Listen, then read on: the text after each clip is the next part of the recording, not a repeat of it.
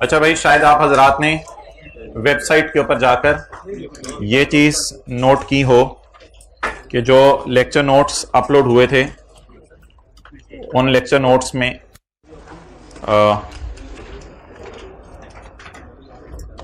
वो जो बात हमने पढ़ी थी वो मैंने जरा डायग्राम उसकी खींच के लगा दी थी। वो बात क्या पढ़ी थी, शायद आपको याद हो कि फर्नीचर, बेकरी और मेडिसिन के एसेट्स में अगर आप नॉन रिपोर्टेबल के जमा करवें तो ये टोटल के बराबर इसलिए नहीं होंगे कि आपके हेड ऑफिस के एसेट्स होंगे या R&D डिपार्टमेंट के एसेट्स होंगे। तो ये डायग्राम यहां पे मैंने लगा दी थी, आप मोबाइल को टेढ़ा करके पकड़ेंगे घर में, आपको ये 70 की फिगर याद होगी, 70 की फिगर याद होगी और 15 जमा 10 बराबर नहीं आ रहा था। तो फिर इसके अंदर जो है वो हमने डाला था, ऑल अदर्स डाले थे, फिर भी टोटल टैली नहीं कर रहा था, 47 आ रहा था। उसमें डिफरेंस मैंने आपको बताया था, हेड ऑफिस के एसेट्स हो सकते हैं 23 रुपए के। तो एक डायग्राम आपको ये वाली बताई थी, दूसरी आपको लायबिलिटीज मैच ना करने की वजह बताई थी और तीसरी आपको प्रॉफिट मैच ना करने की वजह बताई थी। और प्रॉफिट में मैंने बताया था इन सबका प्रॉफिट 14 है, हो सकता है हेड ऑफिस के खर्चे 2 हों, जिसके बाद ये प्रॉफिट की फिगर क्या कर जाएगी, मैच कर जाएगी। तो इसलिए जिन हजरात ने तस्वीर नहीं ली थी उनके लिए मैंने इसको दोबारा नोट कर दिया था। ओके, बट ये सर्विस आइंदा अवेलेबल नहीं होगी। अच्छा भाई, कल वाला सवाल निकाल लें, गोहर वाला। गोहर की जानी अभी हम लेंगे, पेज नंबर 453। ओके, वर्किंग 1 में हमने क्या किया था? वर्किंग 1 में हमने डाटा को सिंप्लीफाई किया था। भाई जन 2-4 मिनट दे दें, जरा रिवीजन करा लेने कल वाले की। वर्किंग 1 में हमने डाटा को सिंप्लीफाई किया था, external sale, internal sale, total sale, profit और एसेट्स। और उसके बाद हमने ब्लू मार्कर से, रेड मार्कर से हमने 3 चीजों को टेस्ट से गुजारा था, एसेट्स को, प्रॉफिट्स को और टोटल रेवेन्यू को। ये टोटल कहीं टोटल आता है, कहीं एक्सटर्नल आता है, ये ना जरा पूरे टॉपिक में ध्यान रखना। चीजें आसान सी हैं लेकिन मिस हो सकती हैं। तो टोटल रेवेन्यू, प्रॉफिट्स और एसेट्स को हमने गुजारा था 10% टेस्ट से और उसके बाद 75% टेस्ट लगाया था। इन द एंड हमारे 3 रिपोर्टेबल सेगमेंट निकले थे। ऑपरेटिंग सेगमेंट तो सारे ही हैं, 5 ऑपरेटिंग सेगमेंट है, लेकिन ये ऑपरेटिंग सेगमेंट्स जो हैं इनमें से रिपोर्टेबल 3 निकले थे, केमिकल, सोडा और फार्मा। तो केमिकल, सोडा और फार्मा की सिर्फ इन्हीं चीजों को नीचे नहीं बुलाना, बल्कि सवाल के सारे डाटा की चीजों को नीचे बुला लेना। वो जो मैंने आपको एक स्टैंडर्ड का पैरा बताया था, आज मैं वो इंशाल्लाह स्टैंडर्ड से खोल के भी आपको दिखाऊंगा। तो ना सिर्फ इनकी external, internal sale, total sale, operating expenses, profit, assets, liabilities को भी नीचे उतार के अलग अलग शो करना है। अब हमने किया क्या था, 67, 444 और 132 इनको हमने नीचे उतार लिया था। नीचे उतार के रिपोर्टेबल अलग अलग रिपोर्ट कर दिए, रिपोर्टेबल को रिपोर्ट कर दिया यूजर को। और इसके अलावा जो 115 और 127 बचे थे, इन दोनों को मैंने जमा करके यहां 202 लिख दिया था। ये ऑल अदर सेगमेंट थे, पॉलिएस्टर और पेंट, और फिर इनका ग्रैंड टोटल आ गया था। अब मैं चाह रहा था जरा रिकॉन्सिलिएशन रिवाइज हो जाए, तो let's start reconciliation. Reconciliation revise करना शुरू करते हैं। रिकॉन्सिलिएशन में मैंने ऑपरेटिंग एक्सपेंसेस लास्ट क्लास में नहीं डाला था। वैसे रिकॉन्सिलिएशन में 4 चीजों की मेन बनती है। इधर तो काफी सारी चीजें आती हैं, इधर मैंने आपको काफी सारी चीजें दिखाई थी। आज मैं यहां पे आपको स्टैंडर्ड के पैरा नंबर्स भी लिखवाऊंगा ताकि कोई कंफ्यूजन ना रह जाए। तो रिकॉन्सिलिएशन आमतौर पर 4 चीजों की बनती है, टोटल रेवेन्यू की, प्रॉफिट की, एसेट्स की, लायबिलिटीज की। लेकिन कभी कभी आईकैप ऑपरेटिंग एक्सपेंसेस की भी बना रहा है, इसलिए मैंने बना दिया यहाँ। और ये हमने लास्ट क्लास में बनाई नहीं थी ऑपरेटिंग एक्सपेंसेस वाली। जरा यहां तक सवाल रिवाइज कर लें। मुझे एसेट्स बता दें, रिपोर्टेबल के कितने हैं? रिपोर्टेबल के एसेट्स कैलकुलेटर पकड़ें, मैंने लास्ट क्लास में जमा करवा दिए थे। रिपोर्टेबल के एसेट्स 637 प्लस 444 प्लस 132 1213, ये रिपोर्टेबल के एसेट्स आ गए। अब other than reportable, all other segments, इसका नाम हमने यहां रखा था। छोटी छोटी बातें सुने, ऑल अदर सेगमेंट्स इसका नाम हमने यहां रखा था, यहां हमने इनका नॉन रिपोर्टेबल नाम रख दिया था। एक ही बात है। ऑल अदर सेगमेंट्स के एसेट्स पकड़े कितने, 242। ये एसेट्स शायद गोहर लिमिटेड की बैलेंस शीट के एसेट्स से मैच ना करें। अगर नहीं करेंगे तो सवाल वजह बताएगा। सवाल ने कहा है assets of 150 have not been reported in assets of any segment. इन एसेट्स में हेड ऑफिस के एसेट किसी सेगमेंट में भी नहीं डाले। वो कितने हैं? इनको अदर एडजस्टमेंट्स के नाम से डाल लें। एसेट्स को एसेट्स में पॉजिटिव साइन के साथ डाला जाएगा। What will be my total assets? लेकिन ये बैलेंसिंग फिगर आई है, ये गोहर की अगर बैलेंस शीट दी होती पेपर में तो काश वो दी होती, वहां से हमारी ये फिगर क्या हो जानी थी, रिकंसाइल हो जानी थी। नेक्स्ट, लायबिलिटीज भी इसी तरह कर लें। लायबिलिटीज रिपोर्टेबल की जमा करें, 442 प्लस 355 प्लस 98 895। ये लायबिलिटीज हो गई केमिकल के क्रेडिटर्स, सोडा के क्रेडिटर्स और फार्मा के क्रेडिटर्स, मिसाल दे रहा हूं, और ऑल अदर सेगमेंट्स के क्रेडिटर्स ही हैं 202, यानी पॉलिएस्टर और पेंट के वो कितने हैं 202। अब शायद ये लाइबिलिटीज भी मैच ना करें गोहर लिमिटेड की बैलेंस शीट में जो लाइबिलिटी नजर आ रही है उससे। इसकी वजह ये हो सकती है कि हो सकता है हेड ऑफिस ने अपने बिजली का बिल पे ना किया हो, हेड ऑफिस की भी कोई लाइबिलिटीज हो, हेड ऑफिस ने कोई जनरेटर खरीदा हुआ उसकी पेमेंट ना की हो, तो हेड ऑफिस की लाइबिलिटीज हमें अदर इंफॉर्मेशन से मिलेंगी। लाइन पढ़ें जरा गौर से, liabilities amounting to 27 have not been added in any liabilities of any segment. ये वाली लाइबिलिटीज कहते हैं मैंने किसी सेगमेंट में नहीं डालनी, तो सेगमेंट में मैं डालने को भी नहीं कह रहा आपको, क्योंकि ये सेगमेंट की लाइबिलिटीज भी नहीं है, ये हेड ऑफिस की लाइबिलिटीज हैं, इनको डाल दें इधर। कितनी 27 1124, ये टोटल लाइबिलिटीज आ जाएंगी जो गोहर की फाइनेंशियल स्टेटमेंट से मैच करेंगी। डन। नेक्स्ट, ये जो है ना अब चीजें ये जरा समझनी है। रेवेन्यू, रेवेन्यू में आपने टोटल रेवेन्यू से शुरू करना है और आपने पहुंचना है एक्सटर्नल पे। इसका तरीका वो मैंने आपको हाथ के इशारे से बता दिया था। आपने ऐसे उठाना है टोटल रेवेन्यू, मैंने ऐसे उठाना है आपने टोटल रेवेन्यू और इसमें से 38 माइनस कर देना, ये फिगर आ जाएगी। तो इसमें भी इंशाल्लाह आपको ज्यादा सोचना नहीं पड़ेगा। ये तीनों कौन से रेवेन्यू है रिपोर्ट टेबल के, इन तीनों का जमा 22, इन तीनों को जमा किया। इन तीनों को जमा करके आपने अगला काम क्या करना है, आपने कितने ये इस लाइन को जमा करना है, इसलिए मैंने यहां टोटल रेवेन्यू लिखा था पेपर में, गलती ना हो से। इन तीनों को जमा करें, इसमें 1 2 3, इन तीनों को जमा करें, इसमें आप नॉन रिपोर्टेबल डालें। कितना 474। लेकिन मैं चाहता हूं कि ये मेरा बराबर आए जवाब एक्सटर्नल रेवेन्यू के, जो P&L के मुंह पे इन्होंने रेवेन्यू शो किया हुआ है वहां से मैच करे। उसका तरीका ये होगा कि 2732 में से 38 माइनस कर दें, अलग अलग माइनस करने की जरूरत नहीं, टोटल यहां माइनस कर दीजिएगा। तो ये इस हाथ का इशारा मैंने इसे समझाया था। तो ये 38 माइनस कर दें, आपस के revenue elimination of inter segment transactions 38, आपस के रेवेन्यू कैंसिल कर दिए 26। और इसमें टेंशन लेने की जरूरत नहीं कि अदर एडजस्टमेंट्स में हेड ऑफिस टाइप कोई चीजें आएंगी, कोई हेड ऑफिस की चीजें नहीं आ रही यहां। हेड ऑफिस से सेल होती ही नहीं, हेड ऑफिस का काम सेल करना ही नहीं। ओवर। Next, profits. प्रॉफिट्स के अंदर आपने 2 एडजस्टमेंट्स करनी होगी। एक, आपने आपस के प्रॉफिट कैंसिल करने होंगे, क्योंकि आपस की सेल भी कैंसिल होगी, वो इसी फिगर को पकड़ के आप प्रॉफिट परसेंटेज लगाएंगे, आपस के प्रॉफिट कैंसिल करने होंगे। और दूसरा काम आपने ये करना होगा कि हेड ऑफिस के खर्चे बुक करके प्रॉफिट कम करेंगे। तो आपस के प्रॉफिट कैंसिल करके भी प्रॉफिट कम होगा और हेड ऑफिस के खर्चे बुक करके भी प्रॉफिट। इधर क्या पड़े हुए हैं, अगर खर्चे डालने हो तो प्रॉफिट्स, और अगर प्रॉफिट्स कम करने हो तो भी प्रॉफिट्स, इसलिए साइन भी बताना जरूरी है। तो तीनों के प्रॉफिट पकड़ें। ये तो केमिकल का प्रॉफिट है, ये सोडा का प्रॉफिट है, ये फार्मा का प्रॉफिट है। 111 इन प्रॉफिट्स में से सिर्फ इनके केमिकल की बिल्डिंग का बिजली के बिल माइनस में होंगे, सिर्फ इन प्रॉफिट्स में से। इन प्रॉफिट्स को पकड़ लिया 1 2 3, इन प्रॉफिट्स में डालें किसके प्रॉफिट्स, ऑल अदर सेगमेंट्स के, यानी रिपोर्टेबल के 35। ये जो मेरे प्रॉफिट्स आए हैं ये केमिकल, सोडा, फार्मा का प्रॉफिट है और पॉलिएस्टर और पेंट का ये प्रॉफिट है। अब इसके इन प्रॉफिट्स में आपस की सेल की वजह से होने वाले प्रॉफिट्स भी पड़े हैं। तो क्योंकि आपस की सेल कैंसिल कर दी, तो सेल को पकड़ के जीपी परसेंटेजेस जो आपने लगाना सीखी हुई हैं वो लगा के आपस के प्रॉफिट्स भी कैंसिल करें।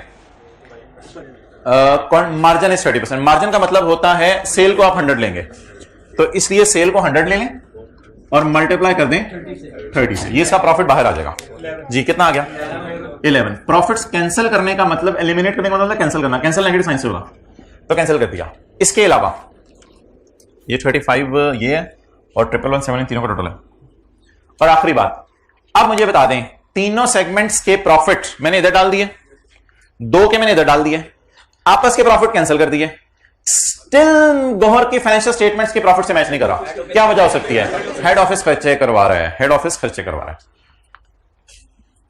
वो लाइन पढ़ी, operating expenses include head office के खर्चे of 75 which have not been allocated to any segment। Operating expenses जो इधर आपको नजर आ रहे हैं उसमें हेड ऑफिस के खर्चे शामिल, कैसे पता चला, operating expenses have not been allocated to any segment. Head office के खर्चे किसी सेगमेंट को नहीं डाले। ये लाइन मैंने आपको लास्ट क्लास में बताया था, थोड़ी कंफ्यूजिंग है, वजह सुन लें। ये लाइन इसलिए कंफ्यूजिंग है, ये देखने में लगता है ऑपरेटिंग एक्सपेंसेस इंक्लूड, कि जैसे इन ऑपरेटिंग एक्सपेंसेस की फिगर में शामिल है, लेकिन इससे मुराद इसका ये नहीं है, क्योंकि फिर देखें दोनों बातें कॉन्ट्राडिक्टरी हो जाएंगी। पूरी स्टेटमेंट पढ़ेंगे तो बात में इख्तलाफ पैदा हो जाएगा। पूरी स्टेटमेंट क्या कह रही है? पूरी स्टेटमेंट ये कह रही है कि ऑपरेटिंग एक्सपेंसेस जो है वो किसी सेगमेंट को नहीं डाल ले। तो फिर ये इंक्लूड कहां है? तो मैंने कहा था इंक्लूड शायद ऑर्गेनाइजेशन के ट्रायल में ये इंक्लूड होंगे, या शायद ऑर्गेनाइजेशन के टोटल जो P&L बना होगा उसमें कहीं पड़े होंगे। तो बस ये बता रहे हैं कि ऑपरेटिंग खर्चे आपने अभी तक इन खर्चों में नहीं डाले। तो मैं प्रॉफिट कैलकुलेट करना चाह रहा हूं। प्रॉफिट निकालने के लिए, प्रॉफिट कैलकुलेट करने के लिए खर्चों को किस साइन के साथ डालूं को प्रॉफिट सही हो जाए? 75। काश मेरे पास गोहर की फाइनेंशियल स्टेटमेंट्स पब्लिश्ड वाली होती, फाइनल अकाउंट के टॉपिक वाली, तो मैं वो जो प्रॉफिट आता वहां पे उस प्रॉफिट से इस प्रॉफिट को क्या कर लेता? मैच 10, लेकिन अभी मैं मैच नहीं कर सकता। नेक्स्ट आखिरी चीज है ऑपरेटिंग एक्सपेंसेस। ऑपरेटिंग एक्सपेंसेस मैंने आपको लास्ट क्लास में नहीं डलवाए थे, वो डलवा दें। इन तीनों के ऑपरेटिंग एक्सपेंसेस जमा करें, 63, 57 और 12। 132। नेक्स्ट अब आप मुझे बता दें इसके ऑपरेटिंग एक्सपेंसेस कितने? 39। ये कितने operating expenses? 63 plus 50 profit total कराते हैं। तो बताएं ना क्या चीज है? 66 बैलेंसिंग सर, ठीक है। नेक्स्ट, अच्छा जी, अब आप तीनों को, इधर एक भाई बैठे होते हैं, वो छुट्टी में है? छुट्टी में है ना? किधर बैठे होते हैं? मैं कल आप बताऊंगा, अभी तो नहीं पता कौन। अच्छा, ऑपरेटिंग एक्सपेंसेस क्लास अजीब सी लगती है, मिसमैच हो जाती है, कोई एक भी छुट्टी पे हो, जहां पे बैठे। नहीं आप नहीं, कोई और है। नहीं वो हार्टू ले रहे हैं, मुझे पता है। 63 प्लस 57 प्लस 12 132 39। अच्छा जी, एक बात याद रखिएगा, खर्चों में आपस की सेल का प्रॉफिट नहीं पड़ा होता। वो ऑपरेटिंग एक्सपेंसेस होते हैं एडमिन सेलिंग एक्सपेंसेस। जो आपस की सेल का प्रॉफिट है वो जीपी में पड़ा होता है, ग्रॉस प्रॉफिट में पड़ा होता है, वो हमें सवाल में दिया नहीं। लेकिन एक एडजस्टमेंट ऐसी है जो मैं यहां करूंगा। वो कौन सी एडजस्टमेंट है? ऑपरेटिंग खर्चों में 75 के हेड ऑफिस के खर्चे नहीं पड़े। अब आप मुझे कहेंगे ऑपरेटिंग खर्चों में अगर हेड ऑफिस के खर्चे नहीं पड़े तो सर आपने अभी तो खर्चे डाल लिए हैं, तो फिर आप क्यों इस 75 को दोबारा ले रहे हैं? भाई मैंने कहा था इस टॉपिक में आपने डबल एंट्री के अप्रोच से नहीं चलना। इस टॉपिक में आपने हर ट्रांजैक्शन को अलग अलग लेके चलना है। मुझे बताएं, क्या मैं जो प्रॉफिट पकड़ रहा हूं वो सवाल से पकड़ रहा हूं ना, जीपी माइनस ऑपरेटिंग एक्सपेंसेस करके?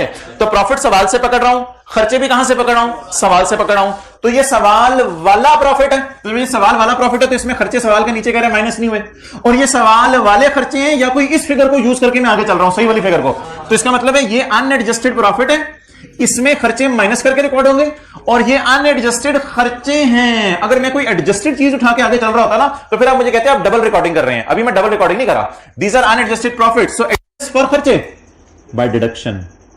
These are unadjusted operating expenses, so adjust for operating expenses by adding the खर्चे इन खर्चे।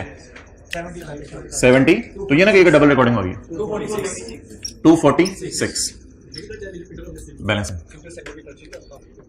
हाँ आ सकते हैं, अगर आगे तो वो बता देगा, उसमें फिर वो उनको एक्सक्लूड करेंगे, लेकिन वो नहीं टेस्ट करेगा आपसे। अच्छा भाई, अब सवाल ये है कि ये दोनों कॉलम क्या हैं? रिकंसाइलिंग आइटम्स हैं। रिकंसाइलिंग आइटम्स में क्या चीजें आ सकती हैं, इसको अब मैं आपको शो करने लगा हूं एक और डायग्राम के जरिए, ताकि आपको जरा बात हमेशा के लिए क्लियर हो जाए।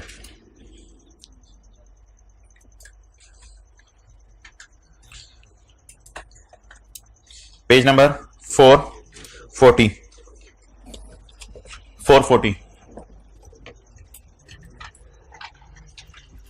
Page number 440। सबसे पहले पेपर में हमने क्या करनी होती है? वर्किंग 1। उसमें क्या क्या आता है?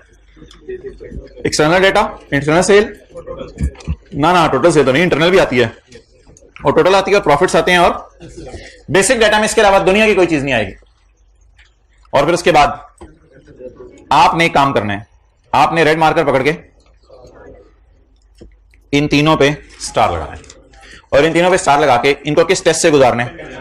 10% टेस्ट। इन द एंड आपने ब्लू मार्कर पकड़ के आपने किसको टेस्ट स्टार लगाना है? एक्सटर्नल सेल को, और एक्सटर्नल सेल को फिर आपने स्टार लगा के किस टेस्ट से गुजारना है? ये सारा काम कर लेने के बाद आप यहां पे पहुंच जाएंगे कंक्लूजन पे। कंक्लूजन की रीजन नहीं देनी, अगर रीजन मांग ले तो रीजन भी दे देनी है, जैसे पास पेपर के क्वेश्चन 1 में दी हुई थी। ये चीज मैं नोट में शो नहीं करा, अगर पेपर में डेटा दे देना तो ये शो कर दीजिएगा। ये चीज मैंने आपको दिखाई थी पैकेजेस की फाइनेंशियल स्टेटमेंट में। ये क्या चीज है? ये भाईजान नोट 37 है, यूजर के सामने जाने। नोट 37.1 है, ये भी यूजर के सामने जाने। इससे ऊपर ना डिस्क्रिप्टिव फॉर्म में कि केमिकल में कौन कौन से केमिकल आप बनाते हैं। सोडा है तो क्या सोडा है? हम तो समझ रहे हैं बोतल वाला सोडा है, तो आप बताओ कौन सा सोडा है ये? शायद हमें तो कोई और सोडा लग रहा है, ये बोतल वाला सोडा तो नहीं बनाते होंगे। तो फार्मा है तो फार्मा से मुराद फार्मास्यूटिकल में कौन सी दवाइयां क्या है? तो अगर कभी पेपर में डाटा दे दे कि केमिकल्स के ऑपरेशंस ये हैं, तो बस वो लाइनें आपको एज इट इज इंग्लिश में ऐड करनी पड़ेंगी। तो पैकेजिंग फला कर रहे हैं, कंज्यूमर प्रोडक्ट्स है, रियल एस्टेट है, अदर्स है, कुछ तरह की सेगमेंट इंफॉर्मेशन आपको देनी पड़ सकती है। इसके बाद सेगमेंट एनालिसिस हमारा शुरू हो जाएगा। इसमें external sale, internal sale, total sale, operating expenses, profits, assets, liabilities, जो डेटा पेपर में दिया हो, depreciation, amortisation, interest expense, interest income, tax expense, impairment losses, वो सारा आपको दिखाया था। इसमें शायद सवाल के शुरू में हमारे 5 थे, 5 में से शायद कोई 3 बच गए थे और 2 को हमने अदर में डाल दिया होगा। इस अदर की जगह मैंने लफ्ज यूज किया था, आप भी यही लफ्ज यूज कर लें, all other segments. All other segments ये हो गए जी। इसमें क्या क्या डालना है? Revenue, internal sale, total sale, operating expenses, profit, segment asset, segment liabilities, interest, revenue, interest expense, depreciation, capital expenditure. और भी लिस्ट में भाईजान चीजें आ सकती हैं, ऐसे ऐसे कर दें, और भी लिस्ट में चीजें आ सकती हैं। वो मैंने आपको स्टैंडर्ड में कल भी दिखाई थी, आज भी दिखाऊंगा। ये नोट 37 हो गया। 37.1 रिकॉन्सिलिएशन स्टैंडर्ड में 4 चीजों की लिखी हुई है, लेकिन आईकैप ऑपरेटिंग एक्सपेंसेस की भी बता रहे हैं, और ऑर्गेनाइजेशन इससे ज्यादा की भी रिकॉन्सिलिएशन बना सकती है। रिकॉन्सिलिएशन किसी भी चीज की बना लें, आपकी मर्जी है। रिकॉन्सिलिएशन कम से कम इन चीजों की आपने बनानी है, टोटल रेवेन्यू की, ऑपरेटिंग एक्सपेंसेस की, प्रॉफिट की, एसेट्स की और लायबिलिटीज की। रिपोर्टेबल में उन तीनों का जमा आ जाएगा, और अदर देन रिपोर्टेबल में वो 2 आ जाएंगे। इसके बाद ये असल में मैंने आपको ना दिखाने के लिए यहां लाया हूं, यानी आपको घरों से बुलाया जिसलिए, और आप घर से आ गए जी। अब मैं आपका टेस्ट लेने लगा हूं। यहां पे क्या आएगा? टोटल रेवेन्यू नहीं आएगा, यहां पे आपस की सेल आएगी जो 38 थी, और साइन कौन सा यूज होगा? नेगेटिव। बस ये मैंने दिखाने के लिए आपको यहां लाया था। यहां आपस की सेल आएगी और नेगेटिव साइन के साथ आएगी। सेल में और कुछ कोई एडजस्टमेंट करने की जरूरत नहीं है। इसको मैंने ऐसे कर दिया ताकि आपको याद रह जाए, और इसको ऐसे कर दिया यहां पे, बल्कि इसको ऐसे कर देते हैं, यहां कोई चीज नहीं आएगी, और यहां कोई ना कोई फिगर आएगी जो नेगेटिव के साथ आएगी। डन। ये गोहर की फाइनेंशियल स्टेटमेंट से मैच कर जाएगी। नेक्स्ट, ऑपरेटिंग खर्चों में, ऑपरेटिंग खर्चों में आपने यहां पे कुछ नहीं डालना। ऑपरेटिंग खर्चों पे यहां पे आपने हेड ऑफिस के खर्चे डालने, यहां पे अपने हेड ऑफिस के खर्चे डालने। डन। एक बार नोट करते रहे सोच के, और ऐड करने हैं भाईजान, खर्चों में खर्चे ऐड होते हैं। प्रॉफिट्स, ये 3 का प्रॉफिट आ जाएगा। वो कौन सा था? केमिकल, सोडा और फार्मा। इधर पॉलिएस्टर पेंट के प्रॉफिट्स आ जाएंगे। इधर ना ये जो लाइन है ना, इसका प्रॉफिट आएगा, और ये भी माइनस होगा, इसका प्रॉफिट आएगा माइनस साइन के साथ। और इसके बाद हेड ऑफिस के खर्चे, या R&D डिपार्टमेंट भी हो सकते हैं, वैसे मैंने आपको कहा था हेड ऑफिस या R&D डिपार्टमेंट के खर्चे, या सादा सा रूल, इन 5 सेगमेंट्स के अलावा कोई और खर्चे किए आपने, वो सारे इधर आ जाएंगे। नेक्स्ट, ये तो आसान है यार। सेगमेंट एसेट्स आगे 3 के, सेगमेंट लायबिलिटीज 2 की आ गई।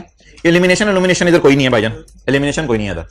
इधर आएगा plus plus plus plus plus करेंगे हेड ऑफिस के एसेट्स, और इधर प्लस करेंगे हेड ऑफिस की लायबिलिटीज।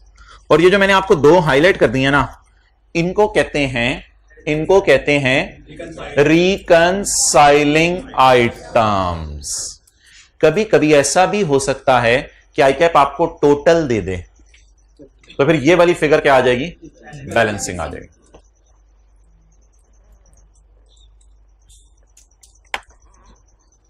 चलिए जल्दी जल्दी बताएं रिकंसाइलिंग आइटम। टोटल रेवेन्यू में से कौन सा रेवेन्यू माइनस कर दें? इंटरनल, तो एक्सटर्नल आ जाएगा। इस रेवेन्यू का प्रॉफिट इधर माइनस कर दें, और हेड ऑफिस के खर्चे भी माइनस कर दें, ताकि फाइनल प्रॉफिट आ जाए। इधर हेड ऑफिस के एसेट्स ऐड कर दें, इधर हेड ऑफिस की लायबिलिटीज ऐड कर दें।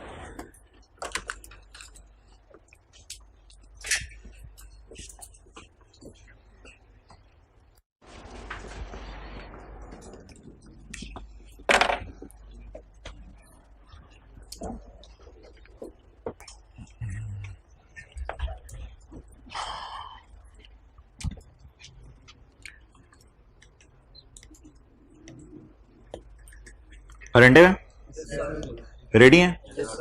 ओके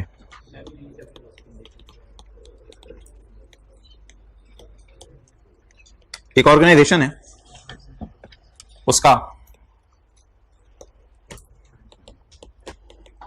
बेकरी चल रही है मिसाल के तौर पे, उसका जो है वो कोई रेस्टोरेंट चल रहा है, वो फार्मास्यूटिकल का काम भी कर रही है, इसी के साथ साथ वो बोलते जाना वो जो थे गौरमेंट के, इसके साथ उनका कोई चैनल भी है, इसके बाद उनका कोई फर्नीचर भी है। अच्छा, इसके बाद इनका न्यूज चैनल ऊपर आ गया ना, मैगजीन, और चलो रेस्टोरेंट कर लें, रेस्टोरेंट और बेकरी शायद अलग चीजें हों, कुछ भी डाल दें यार, साइकिल बनाना शुरू कर रहे हैं। अच्छा, इसके बाद मार्की जी, अच्छा इसके अलावा इन्होंने रियल एस्टेट का बिजनेस अबाउट टू स्टार्ट है, शुरू करने वाले हैं। इसके अलावा इनका हेड ऑफिस है, भैया बड़ी टेंशन चाहिए आपकी। इसके अलावा इसका रिसर्च एंड डेवलपमेंट डिपार्टमेंट है। ये जो सारे हैं ना,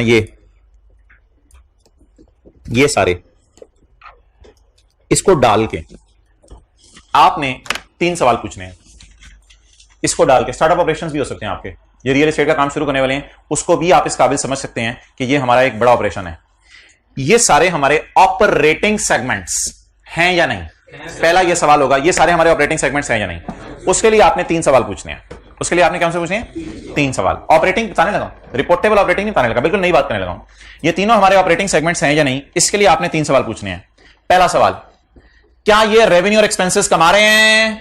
यस, इसलिए जो ऑपरेटिंग सेगमेंट है, इस वजह से हेड ऑफिस और R&D ऑपरेटिंग सेगमेंट नहीं है। पहला सवाल आपने क्या पूछना है? और भाईजान कुछ नहीं लिखना, सब अल्हम्दुलिल्लाह लिखा हुआ है, बस इधर आप अपने नजरें मरकूज रखें। क्या ये लोग रेवेन्यू और एक्सपेंसेस कमा रहे हैं? हां कमा रहे हैं। किसी ने एतराज किया कि रियल एस्टेट नहीं कमा रहा रेवेन्यू, सिर्फ अभी खर्चे करा रहे हैं, अभी ये बिजनेस हम शुरू कर रहे हैं। स्टूडेंट कहता है कोई मसला नहीं, खाली खर्चे कर रहे हैं तो भी मेरी नजर में ऑपरेटिंग सेगमेंट है, क्योंकि it is about to earn revenue soon. ऊपर वाले 5 रेवेन्यू भी कमा रहे हैं, खर्चे भी कर रहे हैं।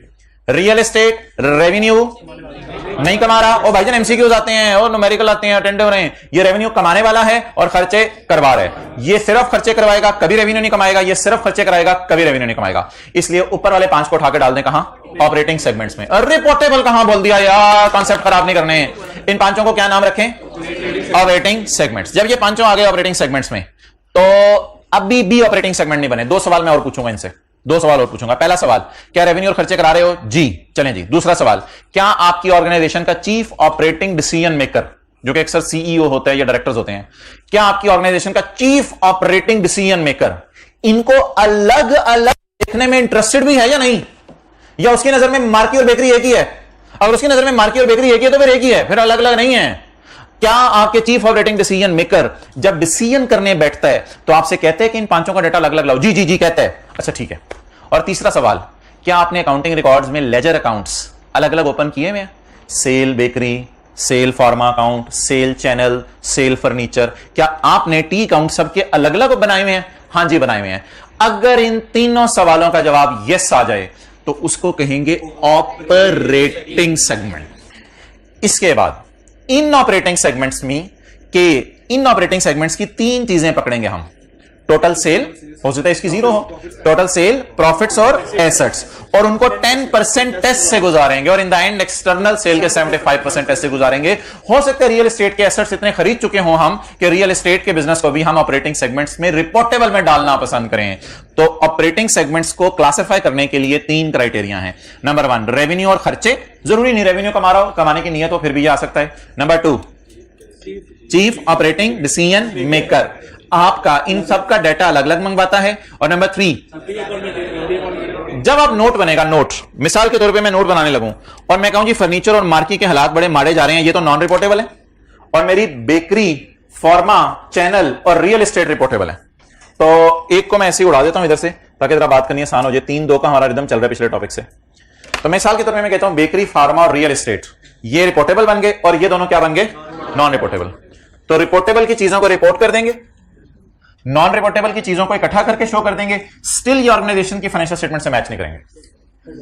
तो अब ऑर्गेनाइजेशन तो ये है, और आपने इनको रिपोर्टेबल में डाले और इनको नॉन रिपोर्टेबल में डाला है। ऑर्गेनाइजेशन तो ये है। तो ऐसी सूरत में ये जो आइटम्स होंगे ये रिकंसाइलिंग के तौर पे जाया करेंगे। इनके लिए हमें अदर एडजस्टमेंट्स करनी पड़ेंगी और हेड ऑफिस के एसेट्स भी डालने पड़ेंगे, हेड ऑफिस की लायबिलिटीज भी डालनी पड़ेंगी, हेड ऑफिस के खर्चे खर्चों में डालने पड़ेंगे, हेड ऑफिस के खर्चे प्रॉफिट में से माइनस करने पड़ेंगे। और एक छोटी सी एडजस्टमेंट होती है वो इस 38 की होती है, वो बड़ी आसान है। वो 38 की ओवर इसका प्रॉफिट उठाना पड़ेगा। तो ये सारा इस ऑर्गेनाइजेशन के स्ट्रक्चर को सामने रख कर हम डिसीजन लेंगे। ये पहली बात समझ आ गई? अच्छा जी, दूसरी बात मोहतरम यह है कि एक बड़ी इंटरेस्टिंग सी बात, पहले इसको पढ़ लें फिर मैं ये नोट करने का इंशाल्लाह टाइम आपको दे दूंगा। हम पहले किताब से पढ़ेंगे सारा, इन द एंड क्लास में आखिरी 5 मिनट हम पॉज लेंगे और ये सारी बातें स्टैंडर्ड में से हाईलाइट करेंगे। Operating segment page number 434, standard ना खोलें अभी, स्टैंडर्ड का para 5।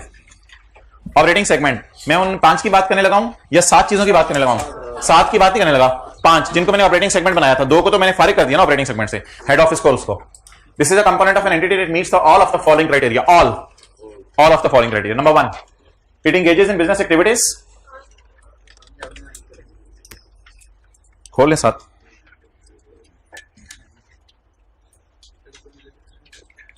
It engages in business activities from which it may earn revenue and incur expense. Include inter-segment revenue from transaction with other customers. और इसमें आपस का रेवेन्यू भी आता है। मतलब पेपर में एक सवाल आया कि फर्नीचर वाले सिर्फ इंटरनल सेल करते हैं, एक्सटर्नल सेल नहीं करते। कभी बेकरी को फर्नीचर बेच रहे हैं, कभी मार्केट को फर्नीचर बेच रहे हैं, कभी फार्मास्यूटिकल को फर्नीचर बेच रहे हैं, तो फर्नीचर वाले सिर्फ इंटरनल सेल करते हैं। Is it N operating segment? जल्दी नहीं करनी, ब्रैकेट वाली बात पढ़ के जवाब दे दें। Including inter segment revenue. अगर आप सिर्फ आपस की सेल करते हैं, still you are operating segment. अगर आप आपस की सेल करते हैं, सेम एंटिटी के अंदर ही सेल करते हैं, फिर भी आप ऑपरेटिंग सेगमेंट है। Next, its operating results. Operating results से मुराद प्रॉफिट्स वगैरह होते हैं वैसे। Its operating results are regularly reviewed by entity's chief operating decision maker. Regularly वो इनको चीजों को मंगवाता रहता है टू मेक डिसीजंस। डिसीजन क्यों करने होते हैं? रिसोर्सेज एलोकेशन के लिए, कि ये ज्यादा अच्छा जा रहा है इसको ज्यादा पैसा दे दो, ये कम जा रहा है इसको कम पैसा दे दो, and to assess its performance. तीसरी शर्त, कुछ याद नहीं करना, पैरा 5 में दिया होगा। तीसरी शर्त, डिस्क्रीट फाइनेंशियल इंफॉर्मेशन। डिस्क्रीट क्या होती है? ये मैंने आगे समझने के लिए लिखा है, ये वाली ब्रैकेट वाली बात शायद आपको स्टैंडर्ड में ना मिले। Separate accounting records are kept. इसको अंडरलाइन कर लेंगे, बात स्टैंडर्ड में नहीं होगी। डिस्क्रीट का क्या मतलब है? अलग अलग डाटा इसका अवेलेबल हो। टी काउंट, सेल का काउंट अलग हो, इनके फिक्स एसेट का काउंट अलग होगा तो अलग कर सकेंगे ना, वरना अलग ही नहीं कर सकेंगे। अब ये 2-3 बातें मैंने की हैं वो इसने यहां लिख दी हैं। एन ऑपरेटिंग सेगमेंट में engage in business activities for which it has yet to earn revenue. Real estate, for example startup operations may be operating segment before earning revenue. Revenue कमाने से पहले भी इनको क्या कहा जा सकता है? Operating segment. Not every part of entity is necessarily an operating segment. Not every part of an entity is necessarily an. अच्छा, स्टैंडर्ड की लैंग्वेज बहुत आसान होती है, थोड़ा सा बस यूज टू और फेमिलियर हो जाए इससे। सी फाइनल में तो वैसे खुद ही पढ़नी होगी क्योंकि टीचर वर्ड बाय वर्ड नहीं पढ़ा सकेंगे, सिलेबस इतना होता है। Not every part of an entity is necessarily an operating segment और part of an operating segment. यानी कि ना तो कोई ऑर्गेनाइजेशन के कुछ हिस्से ऐसे होंगे ना ऑपरेटिंग सेगमेंट होंगे, ना किसी ऑपरेटिंग सेगमेंट का पार्ट बन सकेंगे, फिर उनका क्या करें? For example a corporate headquarter और सम फंक्शनल डिपार्टमेंट्स, जैसे R&D डिपार्टमेंट मैंने आपको बताया, हो सकता है फाइनेंस डिपार्टमेंट हमारा लागू, ऑर्गेनाइजेशन का कोई भी डिपार्टमेंट लागू हो सकता है। Some functional departments may not earn revenue और may earn revenue that are only incidental होते हैं, हादसाती तौर पे रेवेन्यू कमा लें। मिसाल के तौर पे हेड ऑफिस क्या आपने जनरेटर बेचा, प्रॉफिट आ गया। जैसे हमने IAS 41 में भी ये लफ्ज पढ़ा था, इंसिडेंटल का मतलब होता है प्रॉफिट कमाना मकसद नहीं है, लेकिन हादसाती तौर पे प्रॉफिट आ गया। हेड ऑफिस का प्लांट बेचा, प्लांट तो नहीं होगा उसमें, जनरेटर होगा, हेड ऑफिस का जनरेटर बेचा तो प्रॉफिट आ गया। तो ये इंसिडेंटल प्रॉफिट है, हादसाती तौर पे प्रॉफिट आया, ये प्रॉफिट कमाना मकसद नहीं था। हेड ऑफिस आपने इसलिए नहीं बनाया कि उसकी कुर्सियां बेचेंगे, वो बेची प्रॉफिट आ गया तो अल्लाह की तरफ से, बस शुक्र करें। For example, corporate head office some functional department may not earn revenue और may earn revenue that are only incidental to the activities of entity. वो इंसिडेंटल है, आपकी एंटिटीज की एक्टिविटीज से हादसाती तौर पे आ रहे हैं, आपका मकसद नहीं है, and would not be operating segment. ये फिर ऑपरेटिंग सेगमेंट नहीं होंगे, हेड ऑफिस वगैरह ऑपरेटिंग सेगमेंट नहीं होंगे। अच्छा, हमने कहा भाईजान ये किसका नाम है? CODM। हमने तो चीफ एग्जीक्यूटिव ऑफिसर का नाम सुना था, हमने तो डायरेक्टर्स का नाम सुना था, हमने तो जो है वो चीफ ऑपरेटिंग ऑफिसर का नाम सुना था, चीफ अकाउंटेंट का नाम सुना था। ये क्या है? Chief operating decision maker. कहता है ये मैं आपकी जजमेंट पे छोड़ा हूं। कहते हैं ये कोई जरूरी नहीं है कोई एक बंदा ऑर्गेनाइजेशन में। कहते हैं chief operating decision maker identifies a function. कहते हैं ये एक फंक्शन है ऑर्गेनाइजेशन में, कोई बंदा नहीं है, नॉट नेसेसरीली अ मैनेजर, कोई बंदा जरूरी नहीं है, ये एक फंक्शन है with a specific title. That function is, इनका काम क्या होता है CODM का? That function is to allocate the resources, जो बंदा ऑर्गेनाइजेशन में रिसोर्सेज कर सके मैनेज। मिसाल के तौर पे मैं कहता हूं कॉलेज के अंदर, अब गार्ड नहीं बता सकता कि भाईजान इधर की बजाय इधर ये कर दें, ये पंखा इधर लगा दें, ये चीज कर दें, लेकिन सर हम जो भट्टी साहब कहें ये इधर लगा दें, ये इधर कर दें, वो इधर कर दें, तो आपको ऑर्गेनाइजेशन के अंदर नजर आ जाते हैं स्ट्रक्चर देख के कि यार किधर किसकी चल रही है इसकी, और जिसकी चल रही है, कई दफा घर में सीओडीएम मम्मी होती है, कई दफा घरों में सीओडीएम अब्बू होते हैं, तो 2-3 दिन घर में लेके पता चल जाता है किसकी चल रही है। तो सीओडीएम कहते हैं बस वो बंदे जिसकी चल रही है, तो कहते हैं हरकतों से पता चलेगा किसकी चल रही है, किसी टाइटल को नाम ना दे देना सीओडीएम का। तो हरकतों से इन द एंड आप पहुंचेंगे किसी टाइटल की तरफ ही, लेकिन actions will speak louder than words. तो सीईओ नाम रख देने से नहीं होगा, और सीईओ को लिफ्ट भी ना करा रहा हो और डायरेक्टर्स अपनी मर्जी चला रहे हो। तो the CODM identifies a function, not a man with a specific post. That function is to allocate the resources and assess the performance of segment of an entity. Often the chief operating decision maker is CEO. Often. कभी-कभी ये CEO हो जाता है, और chief operating officer COO. कभी-कभी ये COO हो जाता है, कभी-कभी ये CEO हो जाता है, बस हो जाता है ये. For example, it may be a group of directors. हो सकता है 3-4 डायरेक्टर मिलकर जो है वो ये काम संभाल रहे हो, तो हो सकता है, और अदर्स फिर जो मर्जी डाल दो. तो बेटा जिसकी ऑर्गेनाइजेशन में चल रही है, that will be called as, बोले CODM. तो ये जो हो गया ना पॉइंट 2, तो पॉइंट 2 की थोड़ी सी वजाहत उसने करनी थी, वो इसने नीचे लाके कर दी.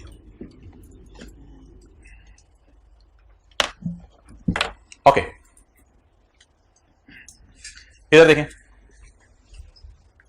इंटरेस्टिंग सवाल है, उसका फिर आपने जवाब देना है मुझे. एक ऑर्गेनाइजेशन है, फर्स्ट करें यही ऑर्गेनाइजेशन है. ये ऑर्गेनाइजेशन कहती है कि जी हम ऑर्गेनाइजेशन में जो रिपोर्ट्स बनाते हैं ना, 2 किस्म की बनाते हैं, केमिकल, सोडा, फार्मा और ऑल अदर सेगमेंट्स की एक रिपोर्ट बनाते हैं, और एक रिपोर्ट बनाते हैं पंजाब, सिंध, बलूचिस्तान और केपी के. फिर पंजाब वाली रिपोर्ट में क्या आता होगा? पंजाब वाली रिपोर्ट में तो केमिकल, सोडा, फार्मा जमा करके सारा आता होगा. अब सवाल क्या है कि जियोग्राफिकल बेस पर पेपर में सॉल्व करें, हम 4 कॉलम डालें. समझ रहे हैं बात को? बात उठ रही है. जियोग्राफिकल बेस पे डालें. नंबर 1 क्या? पंजाब, सिंध, केपी के, बलूचिस्तान. क्या इस बेस पे करें या प्रोडक्ट वाइज करें? कहता है ये मसला आपको आया करेगा. कुछ ऑर्गेनाइजेशन ने इस तरह काम शुरू कर दिया है. वो 2 रिपोर्टें बना रहे होते हैं. सूबा वाइज अलग बना रहे होते हैं report, region wise, and number 2 product wise अलग बना रहे होते हैं. और जो बड़ी कंपनीज है, मल्टीनेशनल कंपनी जो मोबाइल बेचती हैं, ये तो बनाती ही 2 रिपोर्टें हैं. ये मोबाइल्स कंट्री वाइज भी देखते हैं कितने के बिके, और मोबाइल का मॉडल वाइज भी देखते हैं कितने के बिके. तो कुछ ऑर्गेनाइजेशन कहते हैं इन चक्रों में ऑर्गेनाइजेशन पड़ गई है. कहते हैं मेरा मशवरा सुन लो, फिर ऐसी सूरत में आपने क्या करना है कि दोनों तरह के तो नहीं अब आप बना सकते. सीओडीएम की चाहते ही नहीं मुकरी. सीओडीएम चाहता है जरा दोनों तरह की रिपोर्ट मुझे बना के ला दो. तूने पागल होना है. आईएफआरएस कहता है फिर पहला 8 तेरे लिए, खर दिमाग CODM. For many entities the 3 characteristics of operating segments, the 3 characteristics, revenue, expenses, CODM की चाहते हैं और अलग अलग data. For many organisations 3 characteristics of operating segments clearly identified it's operating segments. आमतौर पे कहते हैं बड़ा क्लियर हो जाता है कि सीओडीएम की चाहत क्या है. ताहम an entity may produce reports in which its business activities are presented in a variety of ways. Variety of ways की मिसाल लिख लें, प्रोडक्ट वाइज और geographical. Variety of ways, product wise और जियोग्राफिकल. वैरायटी ऑफ वेज को underline करें, product wise और geographical. क्या करें फिर अगर प्रोडक्ट वाइज और जियोग्राफिकल हो रहे हैं तो क्या करें? If the CODM uses more than one set of segment information, if the CODM use more than one set of segment information, other factors may identify a single set of components. तो other factors लगाएं, इन 3 के अलावा factors. तो मैं कह सकता हूं ये 3 मेन फैक्टर्स हैं, और ये जो नीचे 3 आने लगे हैं वो सेकेंडरी फैक्टर्स हैं. कुछ और फैक्टर्स आप लगाएं. अदर फैक्टर्स को अंडरलाइन करें. ये अदर फैक्टर्स हैं, अदर देन नहीं, other than para 5, other than para 5. फिर आप अदर फैक्टर्स लगाएं ताकि आपको कुछ सिंगल सेट समझ तो आए, सिंगल सेट कंपोनेंट्स का समझ आए जो कि कॉन्स्टिट्यूट करे आपका क्या? Operating segment. फिर आप नेचर ऑफ बिजनेस एक्टिविटीज देख लो, कौन क्या कर रहे हैं. नेचर ऑफ बिजनेस एक्टिविटीज देख लो. Existence of managers responsible for them देख लो. ये मैनेजर्स हैं, ये सीओडीएम नहीं है, ये मैनेजर्स हैं. सीओडीएम का होगा सीईओ, सीओडीएम होगा सीईओ, और मैनेजर्स क्या होंगे? केमिकल का जैसे ही प्रॉफिट कम आया, ओ अंजुम को बुलाओ. अंजुम साहब आपको केमिकल का मैनेजर बनाया हुआ है, आपको केमिकल का मैनेजर जो है वो झाक मारने के लिए बनाया हुआ है. क्या किया आपने? चलो अंजुम निकल जाओ मेरे कमरे से. अच्छा सुल्तान को बुलाओ. सुल्तान भाई ना सोडे खुद ही पिए जा रहे हैं. क्या चल रहा है सोडा में? आपको सोडा का मैनेजर बनाया हुआ है. ये सीईओ बातें कर रहे हैं, सीईओ बातें कर रहे हैं. तो ऐसी सूरत में हम ये देखेंगे कि मैनेजर्स कहां लगाए हुए हैं. अगर मैनेजर सूबा वाइज लगे हुए हैं तो फिर सूबा वाइज बना दें. और अगर सीओडीएम ने मैनेजर सूबा वाइज नहीं लगाए हुए, बल्कि जो क्लास ने रिपोर्टें दोनों मंगवाता है, लेकिन मैनेजर सिर्फ कौन से लगाए हुए हैं? प्रोडक्ट वाइज, तो फिर प्रोडक्ट वाइज कर दें. तो the existence of managers responsible for them. And information presented to BDO, और बोर्ड ऑफ डायरेक्टर को जो फाइनल मीटिंग में दिया जाता है डाटा, वो सुबह वाइज दिया जाता है या, तो वहां से आप जज कर लें। तो इनको आप कह सकते हैं secondary factors. Secondary factors, main factors किस पैरा में है? 5 में। लेकिन अगर वो ना लग सके तो ये फैक्टर। लेकिन ये बातें भाई कैसे टेस्ट करेगा? मेरा नहीं ख्याल, ऐसे बस पैरा नंबर ध्यान में रख लें। कोई ऐसा पेपर में कम से कम किसी एमसीक्यू में आ सकता है, ये 3 की बजाय चौथी चीज दे देगा आपको, तो आपने वो क्रॉस करनी होगी एमसीक्यूज में। ये 3 चीजें देखनी है, चौथी चीज नहीं देखनी। ओके, अगले पैरे को छोड़ें, उससे नीचे वाला पैरा है। कहते हैं जिंदगी के किसी मोड़ पे आप ऐसे खरदमाग लोगों के पास जा सकते हैं। भाईजान अटेंटिव में सारे, जिंदगी के किसी मोड़ में आप ऐसे खरदमाग लोगों के पास जा सकते हैं जो कि सुबह वाइज भी रिपोर्टें बना रहे हो, प्रोडक्ट वाइज भी, सुबह वाइज भी मैनेजर रखे हो, प्रोडक्ट वाइज भी मैनेजर रखे हो, सुबह वाइज भी डायरेक्टर को रिपोर्ट दे रहे हैं, प्रोडक्ट वाइज भी मैनेजर को रिपोर्ट दे रहे हैं, और डायरेक्टर्स को रिपोर्ट दे रहे हैं, और मैनेजर भी अलग अलग बने हुए हैं, सुबह वाइज भी प्रोडक्ट वाइज भी। कहते हैं this is a matrix form. ये पता नहीं मैट्रिक्स बन गई है कोई। कहते हैं यहां पे मैं आपको बताता हूं क्या करें। The characteristics in para 5 may apply to 2 or more overlapping set of components। Overlapping समझ आ गया? लिख लेना ओवरलैपिंग, जियोग्राफिकल या product. The characteristics in para 5 may apply to 2 or more overlapping set of components for which managers are held।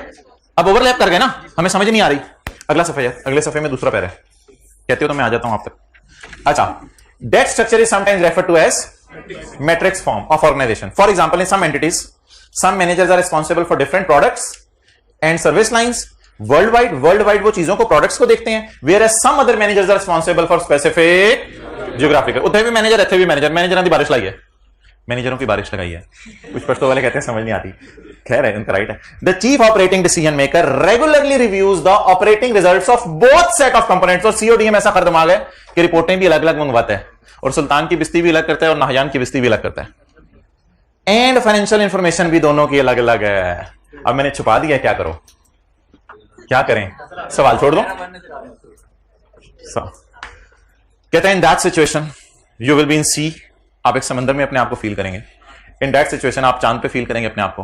The entity determine which set of components, which set, 2 set कौन से हैं? Geographical और वो। Which set of component constitutes the operating segment by reference to the core principle. Core principle मैंने आपको पढ़ाया नहीं। तो कहते हैं आप कोर प्रिंसिपल देख लो। कोर प्रिंसिपल होते हैं स्टैंडर्ड की दुखती रग, स्टैंडर्ड की नब्ज पकड़ो। पैरा 1 क्या चाहता है? फिर पूछो पैरा 1 क्या चाहता है? पैरा 1 क्या है? An entity shall disclose, drop scene होने लगे, हमें बताया जाने लगा प्रोडक्ट वाइज चीजें बनानी है या ज्योग्राफिकल वाइज बनानी है।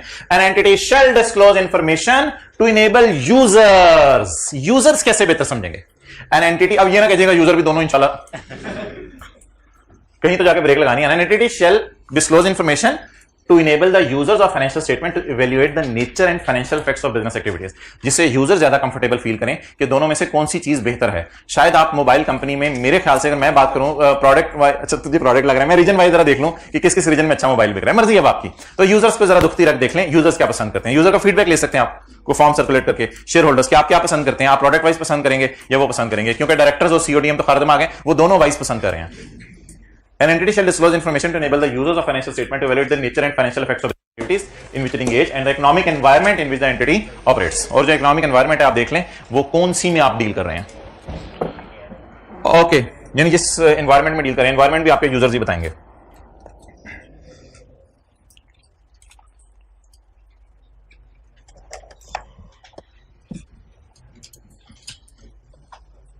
ओके, इस पहले को इंशाल्लाह हम थोड़ी देर में देखेंगे। रिपोर्टेबल सेगमेंट्स, रिपोर्टेबल सेगमेंट्स भाईजान, reportable segments, chemical, soda, pharma, reportable segments, reportable segments. An entity is required to report separate information. चल के बात समझिए। An entity is required to report separate information. An entity is required to report separate information about each reportable segment. About each reportable segment. A segment is reportable segment if a segment is reportable segment if it passed 10% test. It passed 10% test and it is operating segment as per para number 5. It is operating segment as para 5 था ना, वो जो 3 चीजें थी। It is operating segment as per para number 5, यानी it has been identified as operating segment। Operating segment definition कहां दी हुई है? पैरा 5 में, और रिजल्ट्स फ्रॉम एग्रीगेशन ऑफ 2 और अच्छा 2 और मोर सेगमेंट्स को ना एग्रीगेट भी कर सकते हैं। एग्रीगेशन को अभी अंडरलाइन कर लें, ये मैं इंशाल्लाह कल पढ़ाऊंगा, वरना चीजें मिक्सअप हो जाएंगी। एग्रीगेशन को कल पढ़ लेंगे, लेकिन डेफिनेशन मुझे बता दें कहां है। तो अब मुझे बता दें इसने ये क्यों लिखा है, N operating segment is a segment जो कि ऑपरेटिंग सेगमेंट की डेफिनेशन पूरी करे और साथ 10% टेस्ट भी पूरा करे, that will be called as an reportable operating segment. Reportable. तो अब अगर इसके हेड ऑफिस के एसेट्स 12% से ज्यादा है, 15% है, 16% है, तो इसको क्यों नहीं रिपोर्टेबल बना सकते? ओ भाई एसेट्स 15% है, 20% है, क्यों नहीं रिपोर्टेबल बना सकते? जल्दी बताएं। ये ऑपरेटिंग सेगमेंट डेफिनेशन में मीट नहीं करता। तो रिपोर्टेबल मैंने आपको बताया ये 3 है। क्यों ये 3 है? Because these are operating segments and they pass, that's why they are called as reportable operating, that's why they are called as. तो रिपोर्टेबल बनने के लिए 2 शराइत बताएं। रिपोर्टेबल ऑपरेटिंग सेगमेंट बनने के लिए जिगर तुम्हारा ऑपरेटिंग सेगमेंट होना जरूरी है, और दूसरी शर्त देख रहे हैं आप लोग इधर, और दूसरी शर्त क्या है? 10% टेस्ट आपका पास होना जरूरी है। 75 वाला भी है, लेकिन वो उसने ना अगले सफे पे ऐसे जिक्र कर दिया। अगले सफे पे आए, बस आपके सबर का इम्तिहान खत्म हो रहा है और मैं नहीं पढ़ा रहा थ्योरी, ये 10% वाली बात पढ़ लें और 75% वाली।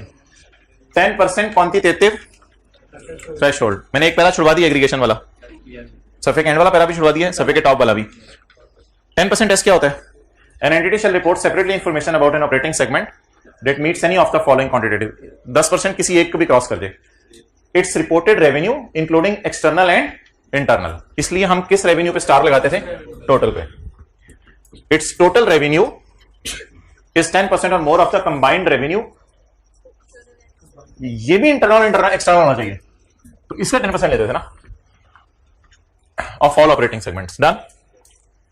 द एब्सोल्यूट अमाउंट्स, एब्सोल्यूट का मतलब होता है साइन इग्नोर कर दें। ये आपको बताया था, प्रॉफिट्स उठाते हुए प्रॉफिट्स के साइन इग्नोर कर दें, लॉसेस उठाते हुए द एब्सोल्यूट का मतलब होता है साइन इग्नोर करें। साइन इग्नोर करके आप प्रॉफिट्स उठाएं और साइन इग्नोर करके क्या उठाएं? लॉसेस उठाएं। और फिर उन दोनों में से ग्रेटर लेते थे। कंबाइंड प्रॉफिट्स को अलग से जमा करते थे जिनका लॉस नहीं आ रहा होता था। अंग्रेजों वाली अंग्रेजी लिखनी है ना, इसमें मैं क्या करूं? प्रॉफिट्स को अलग जमा करते थे जिनका लॉस नहीं आ रहा होता था, और लॉसेस को अलग जमा करते थे जिनका प्रॉफिट नहीं आ रहा होता था या जो लॉस शो कर रहे होते थे, और इन दोनों में से फिर क्या उठाते थे? ग्रेटर। और 10% of combined assets of all segments. इसलिए मैं आपको कहता था कि भाईजान ये जो 10% टेस्ट है ना, ये आपने सिर्फ 3 चीजों पे लगाने, ये आपने सिर्फ 3 चीजों पे 10% टेस्ट लगाने और किसी पे नहीं लगाना। अच्छा, ऑपरेटिंग सेगमेंट्स, ये एक बात है, आप इसका मतलब बताएं।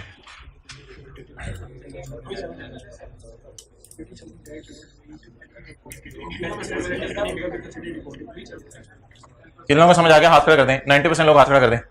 एक ऐसा सेगमेंट है ऑपरेटिंग सेगमेंट जिसका जवाब 7% है एसेट, 7% रेवेन्यू, 7% प्रॉफिट्स, और यूजर समझ रहे हैं कि ये सेगमेंट जरा मुनासिब होगा और आप भी समझ रहे हैं कि डिस्क्लोज कर देना चाहिए। तो कहते हैं उसमें क्या मसला है? आपकी फाइनेंशियल स्टेटमेंट में ही डिस्क्लोज करना है, करें, कोई मसला नहीं। ज्यादा चीज शो करने में कोई मसला नहीं, कम से कम चीजें वाली स्टैंडर्ड बताते हैं। ज्यादा चीज अगर आप शो करना चाहें तो इट्स अप टू यू, जितने मर्जी शो करें आप जाके। अच्छा, operating segment that do not meet any of the threshold may be considered reportable and separately disclose. अगर आपको लग रहा है तो फिर उसे सेपरेटली डिस्क्लोज भी करें, अलग लाइन डाल के, may be separately disclose if management believes that information about segment would be useful to the users of financial statements. Next,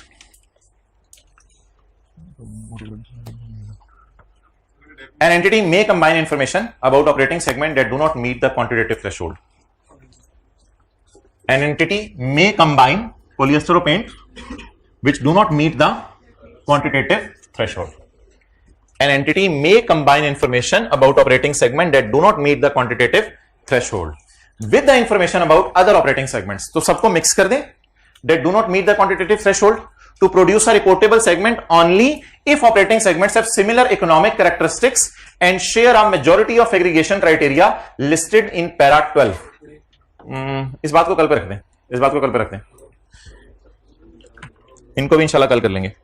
in the end 75% external test, 75% किस पे लगाना है? इन दोनों को कल कर लेंगे। If the total external revenue reported by operating segment constitute less than 75% of the entity's revenue, additional operating segment shall be identified as until at least 75% is included. Until का मतलब बताएं। हो सकता है एक डाल के 75% ना टेस्ट पास हो, तो फिर दूसरा डाल के 75%, तो 75% तक आपने पहुंचाना है। It's over.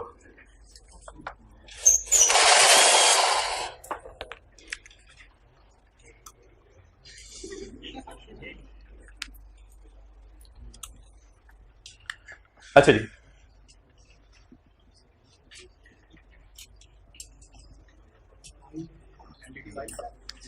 Entity wide disclosures. भजन बड़ी मजे की बातें शुरू होने लगी हैं।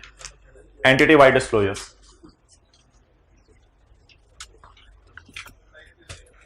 लाइट पड़ी है, कोई मसला नहीं, खैर है। मैंने 2-3 लफ्ज बोलने फिर मैं डायग्राम खोल देनी है। ये मैंने लफ्ज लिखा है प्रोडक्ट वाइज। क्या लफ्ज लिखा है?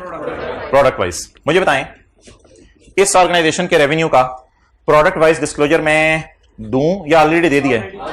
लेकिन अगर इसका जियोग्राफिकल बना होता तो प्रोडक्ट वाइज एक्सटर्नल सेल आपको अलग शो करनी पड़ती, वो डिस्क्लोजर फिर अलग से बनाना पड़ता। फिलहाल ये डिस्क्लोजर अल्लाह का शुक्र है क्या बना हुआ है, लेकिन अगर ये डिस्क्लोजर क्या होता तो फिर आप क्या शो करते हैं यूजर को? Product wise external sale. Okay, ये एक लफ्ज हो गया प्रोडक्ट वाइज। पाकिस्तान और फॉरेन कंट्री, पाकिस्तान और ये डेटा जी आपके सामने है डिस्क्लोजर। इसमें मुझे बता दें पाकिस्तान की सेल कितनी है और फॉरेन कंट्री की कितनी है। इन दो डिस्क्लोजर ने हाथ खड़े कर दिए। तीसरा नोट हम बनाएंगे 37.2। इसमें हम क्या क्या अलग अलग शो करेंगे? ओ भाईजान सेल की जान ले सकते हैं ना, पाकिस्तान में कितनी हो रही है और बाहर के मुल्क में कितनी हो रही है। ये तो प्रोडक्ट वाइज है अभी, तो पाकिस्तान की सेल कितनी है और बाहर के मुल्क की सेल कितनी है, और पाकिस्तान के नॉन करंट एसेट कितने हैं और बाहर के मुल्क के नॉन करंट एसेट कितने हैं। बस दो चीजें बतानी है।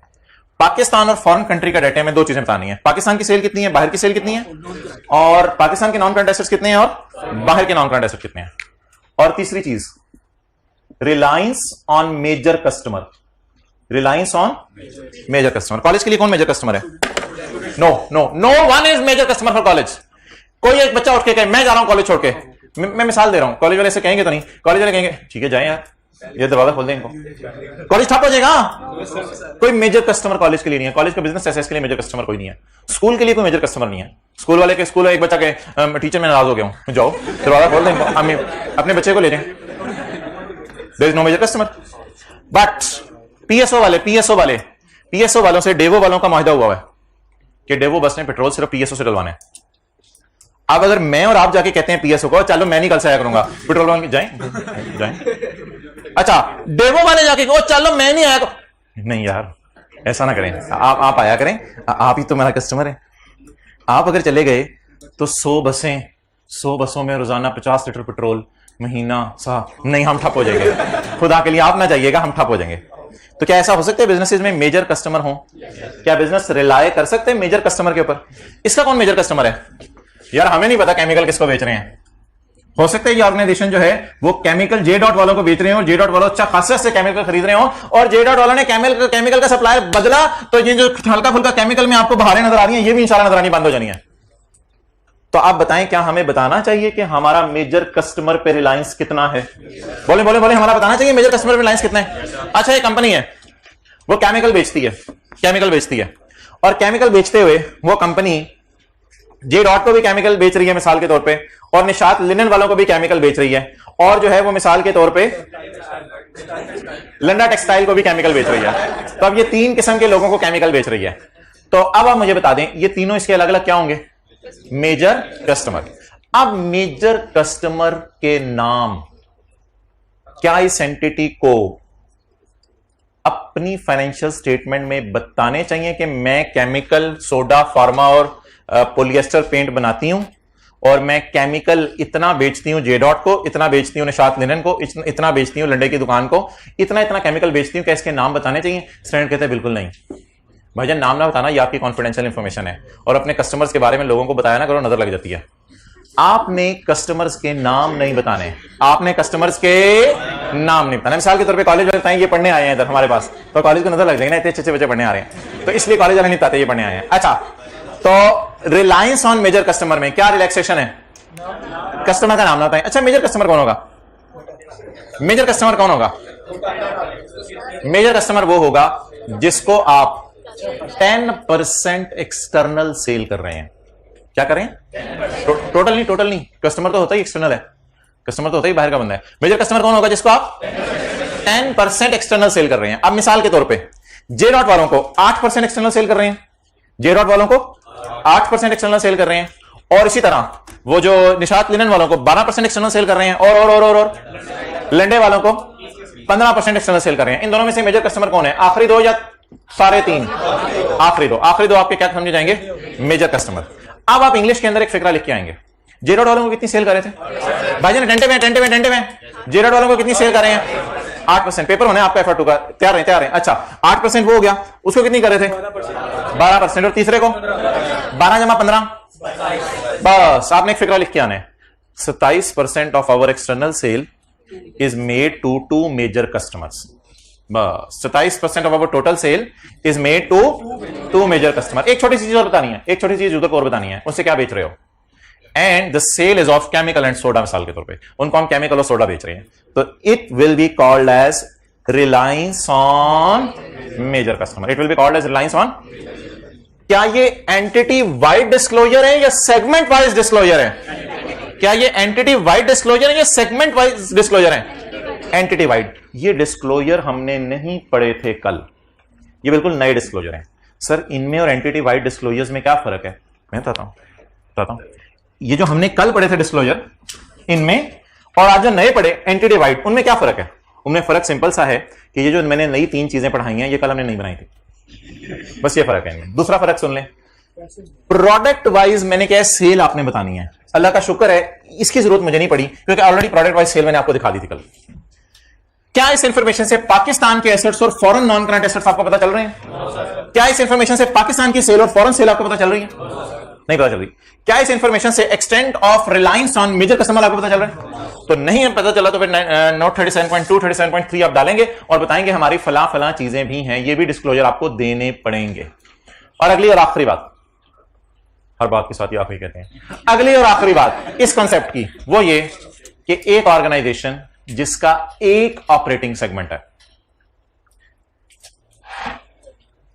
एक ऑर्गेनाइजेशन जिसका पॉज का मतलब होता है घंटे बजे, एक ऑर्गेनाइजेशन जिसका उसने ये वाले डिस्क्लोजर क्या खाक बनाने हैं? कैसे बनाएगा ये डिस्क्लोजर? वो अब क्या करे वो बेचारा, कैसे बनाए डिस्क्लोजर? वो तो ये डिस्क्लोजर नहीं बना सकता एक ऑर्गेनाइजेशन वाला। लेकिन जिस ऑर्गेनाइजेशन का एक ऑपरेटिंग सेगमेंट है, सिर्फ एक, कहते हैं हम बेचते ही बल्ब है और 50 साल से परदादा के जमाने से हम बल्ब बेच रहे हैं, बस एक ऑपरेटिंग सेगमेंट है हमारा। स्टैंडर्ड कहते हैं आप ये तीनों डिस्क्लोजर दें, ये तीनों डिस्क्लोजर दें। प्रोडक्ट वाइज में तो वही आ जाएगा बल्ब की सेल पूरी। पाकिस्तान में कितने बल्ब बेचते हो, तुर्की में कितने बल्ब बेचते हो, अमेरिका में कितने बल्ब बेचते हो? कोई ऐसा बंदा तो नहीं जिसको बेचते ही बल्ब रहते हो। Extent of reliance on major customer. आपके साथ वाले की किताब में ना एक सफा है, आपके साथ वाले की किताब में एक सफा है। हमने एक ऐसी ऑर्गेनाइजेशन को ढूंढना है जिस ऑर्गेनाइजेशन ने सिर्फ एक काम करे, क्या? कोई भी एक काम करे, कोई भी एक काम करे, ऐसी ऑर्गेनाइजेशन को ढूंढना है और उसकी फाइनेंशियल स्टेटमेंट्स में जाके हमने एंटिटी वाइड डिस्क्लोजर ढूंढने हैं। पेज नंबर आपके साथ वाले की किताब में है, पेज नंबर है भाईजान 50569, पेज नंबर है जी 569।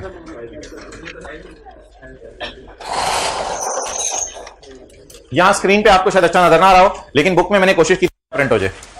नजर आ रहा है? एक ऑर्गेनाइजेशन हमने ढूंढी, यानी टीचर ने घर में बैठ के एक ऑर्गेनाइजेशन ढूंढी थी जिसमें सिर्फ एक ऑपरेटिंग सेगमेंट है।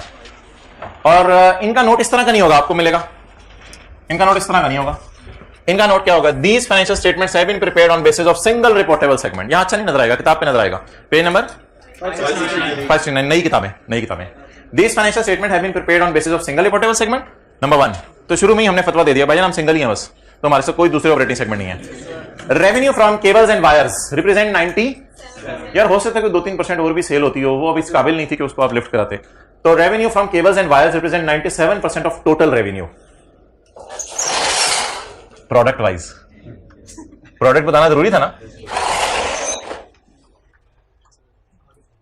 Cell represented local sale of इतने एंड एक्सपोर्ट सेल ऑफ इतने। Sale represent local sale of इतने, नई चीज आई है मार्केट में, sale represent local sale of इतने एंड फॉरेन सेल ऑफ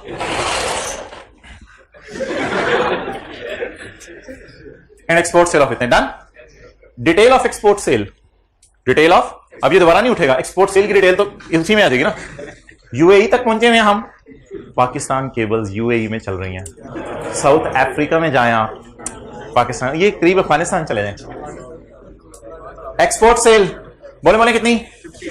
52.15, ये एक्सपोर्ट सेल है। ये भाई छोटी छोटी चीजें देखा करें, आजकल आईकॉम ने नया काम शुरू किया है, मिस्टेक्स आइडेंटिफाई करें, डेटा देके कहते हैं मिस्टेक्स आइडेंटिफाई करें। तो ऑब्वियसली एक्सपोर्ट सेल का जो टोटल है यही नीचे होना चाहिए ना, ये नीचे होना चाहिए। तो हल्की फुल्की चीजें होती हैं, देख लिया करें। और इधर इधर बीच में पिशावट होगा तो मिस्टेक आइडेंटिफाई हो जाएगी। तो done done done done done done done. Okay, अच्छा जी, नेक्स्ट। पाकिस्तान और फॉरेन कंट्री की सेल बतानी थी और नॉन करंट एसेट बताने थे। All non current assets of the company at Keystone are located in Pakistan. यानी बाहर सिर्फ केबलें जाती हैं, बाहर बिल्डिंग नहीं बनाई हुई। हमारा भी इतना लेवल नहीं हो अफ्रीका में बिल्डिंग बना लें, तो हम सिर्फ बेचते हैं बाहर के मुल्क में चीजें। सारे नॉन करंट एसेट पाकिस्तान पड़े हुए हैं। The company does not have any customer. The company does not have any customer. ऐसा खुशकिस्मत, हमें कोई ऐसा बंदा नहीं मिला जिसको हम 10% सेल करें, 1-2% सेल हम उसे करते हैं, वो बंदा किसी और के पास चला जाता है। The company does not have any customer having sale of 10% or more during the year। इस साल भी हमारे साथ यही हुआ है और पिछले साल भी हमारे साथ यही हुआ था ना। इस साल कोई ऐसा कस्टमर है जिसको 10% या उससे ऊपर बेचते हैं ना, पिछले साल कोई ऐसा कस्टमर था जिसको 10% या उससे ज्यादा बेचते हो। क्लियर हो गया? अब कुछ ऐसा डिस्क्लोजर हमें चढ़ा हुआ दिमाग के ऊपर जिसमें ये चीजें आ रही हो, यानी 10% कस्टमर वाली बात आ रही हो, जान आ रही हो, बल्कि आ रही हो। ये कौन से डिस्क्लोजर इस ऑर्गेनाइजेशन को देने पड़े हैं? सेगमेंट वाइज डिस्क्लोजर देने पड़े हैं या entity wide disclosure? Entity wide disclosure उस ऑर्गेनाइजेशन ने भी देने हैं जिसका एक ऑपरेटिंग सेगमेंट है, और एंटिटी वाइड डिस्क्लोजर उस ऑर्गेनाइजेशन ने भी देने हैं जिसके एक से ज्यादा ऑपरेटिंग सेगमेंट है। अभी मैंने एंटिटी वाइड डिस्क्लोजर्स आपको किस ऑर्गेनाइजेशन के दिखाए हैं? जिसका एक ऑपरेटिंग सेगमेंट है। 3 एंटिटी वाइड डिस्क्लोजर ढूंढ दें। नंबर 1, सेल की परसेंटेज पता चल गई प्रोडक्ट वाइज, बाकी 3% को नहीं शो की उन्होंने। सेल की परसेंटेज पता चल गई प्रोडक्ट वाइज। दूसरा डिस्क्लोजर स्क्रीन के पीछे क्या छुपा हुआ है? पाकिस्तान और पाकिस्तान की सेल और फॉरेन सेल, और उसमें सिर्फ सेल और नॉन करंट एसेट, और कुछ नहीं बताना। और तीसरी बात, reliance on major customer. Packages की फाइनेंशियल स्टेटमेंट डाउनलोड अपलोड हो चुकी हैं और मुझे यकीन है आपने डाउनलोड कर ली होंगी, और डाउनलोड करके आपने जो है वो अपने पास सेव कर ली होंगी। इंशाल्लाह आपको हेल्प आउट करेंगी वो। आई होप कि आपने सेव की हुई है, आप अपने मोबाइल के ऊपर उसको खोल रहे हैं, पीडीएफ की फॉर्म में फाइल अटैच है। बाकी सारी पिके पुके आपने डिलीट कर दी हुई हैं क्योंकि मेमोरी फुल हो गई थी।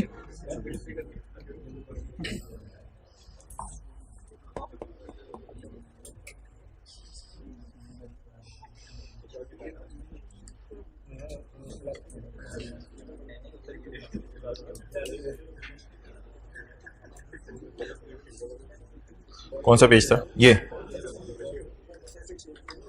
भाईजान कोई ऐसी ऑर्गेनाइजेशन है जो ये वाला नोट भी बना रही है। ओ भाईजान यार फीस दी हुई है, इधर देखें। ओ भाईजान उस क्लास में सारे भाईजान इधर देखें। ये वाली जो ऑर्गेनाइजेशन है, चलो आपने देख लिया कि वो देख रहे हैं, अब आप मेरी तरफ देख लो। ये ऑर्गेनाइजेशन जो है वो ये ऑर्गेनाइजेशन जो है वो ये वाला डिस्क्लोजर भी बना रही है, ये वाला भी बना रही है, और एंटिटी वाइड भी बनाएगी। ये ऑर्गेनाइजेशन एंटिटी वाइड डिस्क्लोजर भी बनाएगी। अच्छा, पहले जरा ये वाला डिस्क्लोजर देखते हैं। टोटल रेवेन्यू, आपस का रेवेन्यू, एक्सटर्नल रेवेन्यू, परसेंटेज भी रेवेन्यू की दे दी इन्होंने। शायद परसेंटेज इसी चक्कर में दे दी कि वो एंटिटी वाइड कवर हो जाए, प्रोडक्ट वाइज कितने परसेंट है, तो ये शायद इन्होंने इसलिए दे दी इधर। इंटरेस्ट रेवेन्यू यानी interest income, interest expense, last time आपको दिखाया था depreciation, profit, tax, profit of tax, segment asset, segment liabilities. और ये packaging, consumer products, ink division, real estate, paper board, unallocated नहीं लिखना चाहिए था, इसको ऑल अदर सेगमेंट्स लिखना चाहिए था। इसके बाद ना इसने वो वाला जो है ना, अगला वाला, वो असल में इसने ना थोड़ा डिफरेंट तरीके से बनाया है। वो इसने किस तरीके से बनाया है? मिसाल के तौर पर इसने, अगर मैं एसेट्स पकड़ूं, सेगमेंट एसेट्स, तो इसने सेगमेंट एसेट्स की ना रिकॉन्सिलेशन बनाई है। वो ना रिकॉन्सिलेशन उसने इस तरह नहीं बनाई, इसने सारी चीजें एक जगह नहीं डाली। इसने इसकी अलग बनाई है रिकॉन्सिलेशन, फिर इसकी अलग बनाई है रिकॉन्सिलेशन, फिर इसकी अलग बनाई है रिकॉन्सिलेशन, फिर इसकी अलग बनाई है। जैसे मिसाल के तौर पे मैं कहूं reconciliation of segment assets, reconciliation of segment assets में क्या आएगा? रिपोर्टेबल के एसेट्स, नॉन रिपोर्टेबल के, हेड ऑफिस के एसेट्स। तो टोटल एसेट्स फॉर रिपोर्टेबल आ गए, इंटर सेगमेंट एसेट्स भी कोई एक दूसरे के पास ट्रांसफर किए होंगे, ये भी होंगे। अदर कॉर्पोरेट एसेट्स, ये कौन से होंगे? हेड ऑफिस के एसेट्स। और ये एसेट्स आपके मैच करेंगे as per balance sheet, total as per balance sheet. ये बैलेंस शीट के आपके एसेट्स से मैच करेंगे। तो लेकिन इसने रिकॉन्सिलिएशन शो पूरा करने के लिए ना प्रॉफिट्स की भी बनाई है, एसेट्स की भी बनाई है, लायबिलिटीज की भी बनाई है, टैक्स की भी रिकॉन्सिलिएशन बना दी। अगर किसी चीज की आप ज्यादा रिकॉन्सिलिएशन बना दें कोई मसला नहीं है, अगर आईकैप भी कहते तो ज्यादा बना दीजिएगा, वरना रिकॉन्सिलिएशन हमने 4-5 ही बनाई थी। रेवेन्यू की, प्रॉफिट की, ऑपरेटिंग एक्सपेंसेस की, एसेट्स की और लायबिलिटीज की। तो रिकॉन्सिलेशन अगर कोई एक्स्ट्रा कहते तो बना दीजिएगा, वरना रिकॉन्सिलेशन इन्हीं चीजों की बनानी है। और प्रॉफिट्स की इसने रिकॉन्सिलेशन बनाई है। और प्रॉफिट्स की रिकॉन्सिलेशन के अंदर जो है वो, हाँ ठीक है छोड़ें इसको भाई। ये क्या आ गया, information by geographical area, information by Pakistan और foreign country, revenue, non current assets. ये कौन सा डिस्क्लोजर अब शुरू हो गया, एंटिटी वाइड। और भाईजान ये तो पैकेजेस हैं, ये तो साउथ अफ्रीका और अफगानिस्तान और यूएई में नहीं होंगे, ये तो जिम्बाब्वे और बोत्सवाना में भी पहुंचे हुए हैं और मोजम्बिक में भी पहुंचे हुए हैं। तो ये टोटल आन दो ना, ये इंफॉर्मेशन बाय ज्योग्राफिकल एरिया, ये कौन सा डिस्क्लोजर है, एंटिटी वाइड डिस्क्लोजर। अच्छा ये पता नहीं आप लोगों ने काम शुरू कर दिया, यानी पीडीएफ में जाके ना उसको एडिट करते हैं और साथ 52.6 खोल के यहां एंटिटी वाइड डिस्क्लोजर लिख लेते हैं। ये बड़ा अच्छा काम आप लोगों ने शुरू किया हुआ है। जब ये पैक मीठी मीठी हो रही है, मीठी मीठी खट्टी मीठी, ये रेवेन्यू हो गया और ये क्या हो गए, नॉन। यूके में कोई नॉन करंट एसेट नहीं है और पाकिस्तान में ये सारे आ रहे हैं, तो पाकिस्तान और फॉरेन कंट्री अलग अलग आ गए, ये सारा डाटा आ गया। In the end information about major customer. अच्छा मुझे बता दें, प्रोडक्ट वाइज आपको सेल पता चल रही थी इस सफे पे, इस सफे के तो पीछे छुपी हुई है चीजें। और दूसरा नॉन करंट एसेट बाहर के मुल्क और सेल बाहर के मुल्क की पता चल गई। अच्छा ये जो होती है ना, ये जो चीजें हैं ये पाकिस्तान और बाहर के मुल्क के एतबार से नहीं बनी हुई, ये तो सेगमेंट वाइज बनी हुई है, ये सेगमेंट वाइज बनी हुई है। और ये कैसे बनी हुई है, पाकिस्तान की सेल और बाहर के मुल्क की सेल। शर्म सी आ रही है बाहर के मुल्क की सेल बताते हुए पाकिस्तान की सेल के सामने, पाकिस्तान के नॉन करंट एसेट्स और बाहर के मुल्क के non current assets. In the end information about major customers included in total revenue is the revenue, total से मुराद एक्सटर्नली होगा इधर। Included in total revenue is the revenue from 6 customers, पिछले साल 5 थे, 6 कस्टमर, उनके नाम नहीं बताए, 6 customer of the group from the packaging, from the packaging, from the packaging, not from consumer product, not from ink, not from real estate. Included in the total revenue is revenue from 6 customers of group from the packaging, which represents approximately 19495583000. अस्तगफिरुल्लाह, कहीं ढाई सैकड़ा हजार 10,000 लाख 10 लाख करोड़ 10 करोड़ 14 अरब रुपए। तो 14 अरब रुपए माशाल्लाह हमें कितने लोगों से आ रहे हैं, 6 लोगों से। और अगर वो अरब ही उन्होंने अरबों ने हमें चंडी करा दी तो फिर हम भी फारग हो जाएंगे। तो 6 बंदे मिलके हमारी कितनी सेल कर रहे हैं, 14 अरब। तो बता दें आप ये मेजर कस्टमर है या माइनर से हैं, माइनर से हैं। भाई कह रहे हैं मैं खरबों में खेलता हूं, आप अरबों की बातें कर रहे हैं। तो included in the total revenue, खरबों से मुराद फलस्तीनी है और अरबों से मुराद अरबी है, तो पता नहीं ये मतलब ले रहे हैं। अच्छा, included in total revenue revenue from 6 customers of group from the packaging segment which represent approximately इतना रेवेन्यू, पिछले साल इतना रेवेन्यू था of the group total revenue. Group revenue from other segments is earned from a large mix of customers. क्या मतलब है, group revenue from other segments is from a large mix of customers. छोटे मोटे customers हैं, बाकी छोटे मोटे customers हैं माशाल्लाह। मोटी असामियां जो है हमारी पिछले साल 6 थी और पिछले साल 5 थी और इस साल कितनी है, 6 हैं। तो ये कंपैरेटिव इंफॉर्मेशन हमने साथ साथ दी हुई है। सो अब वो वक्त आ गया है जब मैं आपके सामने सवाल का डेटा रखूं और आपको 5 मिनट दूं और आप एंटिटी वाइड डिस्क्लोजर्स खुद बनाएं। ये आपके सामने मैंने फॉर्मेट खोल दिया। केबल्स वाला वो फॉर्मेट था, वो जरा ज्यादा आसान था, इसमें 2 कॉलम बने हुए हैं। तो ये अब आपने डिस्क्लोजर बनाने हैं। गोहर लिमिटेड से नीचे वाला सवाल करने, मैं आपको 2 से 3 मिनट दे रहा हूं। गोहर लिमिटेड से नीचे वाला सवाल कर दें, पेज नंबर 453।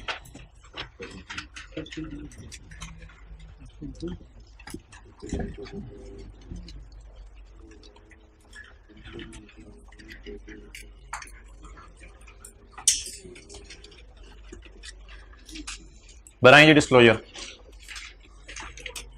ये डिस्क्लोजर क्या होते हैं, कभी हम स्टेटमेंट फॉर्म में चीजें दे देते हैं, कभी हम टेबल बना के चीजें दे देते हैं। जैसे भी आपको पसंद आ रहा है बना दें, बस टेबल फॉर्म या स्टेटमेंट फॉर्म में चीजें दे दें। Continuing from question 1, assume following further information is available। Gohar के बारे में 1000 million of external sale of Gohar is to England and remaining is in Pakistan. इधर देखें, 1000 million of external sale is to England and बाकी इज इन पाकिस्तान। तो अभी थोड़ी देर पहले वो हमने देखा है। अच्छा, इन्होंने कैसे किया था, यूएई वालों ने, उसके केबल्स वालों ने पाकिस्तान का नाम नहीं लिखा था। यूएई का था, अफगानिस्तान का था और साउथ अफ्रीका का था, उन्होंने पाकिस्तान का नाम नहीं लिखा था, उन्होंने एक्सपोर्ट सेल का ब्रेकअप दे दिया था, तो इंप्लाइड था बाकी पाकिस्तान सेल है। और पैकेजेस वालों ने ज्यादा अच्छा किया है, क्या किया था, पाकिस्तान का नाम अलग लिखा था और बाकियों का नाम अलग लिखा था। तो बेहतर है मेरे ख्याल से पाकिस्तान का नाम अलग लिख लेते हैं, बाकियों का नाम अलग लिख लेते हैं। बनाएं जी, हिम्मत करें। ये 2000 कौन सा साल है, 15, लेकिन पेपर में पता होना चाहिए कि 14 का डिस्क्लोजर भी बनाना पड़ सकता है अगर डेटा 2 सालों का दे दे। अच्छा जी, क्या लिखूं, सेल, सेल, इसमें क्या, export cell, England, China, Malaysia, है नहीं ना सवाल में, आपके समझने के लिए कर रहा हूं। इंग्लैंड की कितनी है, 1000, और पिछले साल का डेटा अवेलेबल नहीं है सवाल में, तो पिछले साल का डेटा सवाल में अवेलेबल नहीं है। आगे बताएं यार, पाकिस्तान सेल, यार ये ना पता चलानी पड़ेगी, इसका टोटल एक्सटर्नल सेल लेना है आपने। चले मैं आपके समझने के लिए लिख देता हूं, तक पेपर में भी अगर आप लिख देंगे इंशाल्लाह नंबर नहीं कटेंगे। ये एक्सटर्नल और टोटल ना लिखते रखने जहां जहां यूज हो रहे हैं। एक्सटर्नल सेल कितनी है, 2694,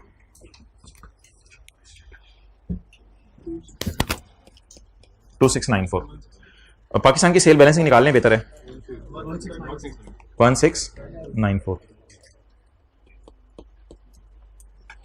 एक काम यार और करें, जो सवाल में डेटा नहीं है, ताकि ये आपका मुकम्मल हो जाए। क्या, नॉन करंट एसेट कौन बोला है, well done, non current asset का भी बना दें, डेटा नहीं है सवाल में, नॉन करंट एसेट का भी बना दें, ताकि आपका ये डिस्क्लोजर ना पूरा हो जाए। ये कौन से हम डिस्क्लोजर पढ़ रहे हैं, product wise, entity wide, entity wise नहीं, एंटिटियां कोई 2-4 नहीं, एंटिटी वाइड ओवरऑल लेवल का डिस्क्लोजर। एक्सटर्नल सेल के बाद कौन सी सेल डालूं, कोई सेल नहीं डालूं, क्या डालूं, नॉन करंट एसेट्स। अच्छा मेरा आपसे सवाल है, एज ऑन या एडिशंस, एज ऑन होते हैं, ये एज ऑन होंगे, एज ऑन होंगे, non current assets add on, carry down वाले होंगे, जो एडिशन है वो नहीं, non current asset add on.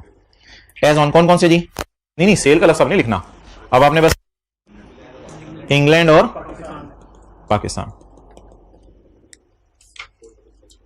बिल्कुल गलत, भाई ने बिल्कुल गलत बोला, भाई ने बिल्कुल गलत बोला, भाई ने कोई फिगर वहां से उठाने की कोशिश की है। मोहतरम ये फिगर नहीं आप उठा सकते, ये नॉन करंट एसेट्स नहीं है, ये एसेट्स हैं, ये एसेट्स हैं, इसमें करंट भी हैं, नॉन करंट भी हैं, तो सवाल में डेटा नहीं है, जबरदस्ती फिगर्स मत उठाएं अभी।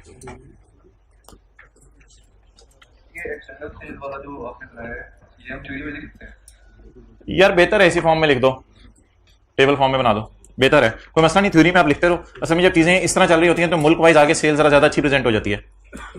यार इसका फिक्रा बनाएं, इसका फिक्रा बनाएं, ये फिक्रा लिख लें इधर से आप, पॉइंट 2 को सामने रखें और इस तरह का फिक्रा बनाने की कोशिश करें अपने सवाल को देख के। शुरू कर देना, इंक्लूडेड इन, ऊपर हेडिंग दें information about major customer, heading दें information about major customer, included in total revenue. वैसे यार ये टोटल ना आपको कंफ्यूज करेगा, इधर एक्सटर्नल लिख लें, ये एक्सटर्नल होता है, टोटल इन्होंने वैसे लिखा हुआ है, हम स्टूडेंट के तौर पे एक्सटर्नल लिखेंगे। Included external revenue is revenue from to customers, major नहीं, वो आगे इंग्लिश का फिक्रा बोलना है, टू कस्टमर्स फ्रॉम फलां डिवीजन लिख दें, क्योंकि सवाल में ना डिवीजन नहीं बताया हुआ, फ्रॉम फलां डिवीजन, ये बताना जरूरी है क्या चीज बेच रहे हैं, फ्रॉम फलां डिवीजन विच रिप्रेजेंट्स, अप्रोक्सीमेटली रहने दो, टोटली लिख दें, विच रिप्रेजेंट्स 700 मिलियन ऑफ नहीं, ग्रुप नहीं, ऑफ एंटिटी कर दें, ग्रुप की जगह एंटिटी कर दें, ऑफ एंटिटी एक्सटर्नल सेल, बस ये फिक्रा बनेगा।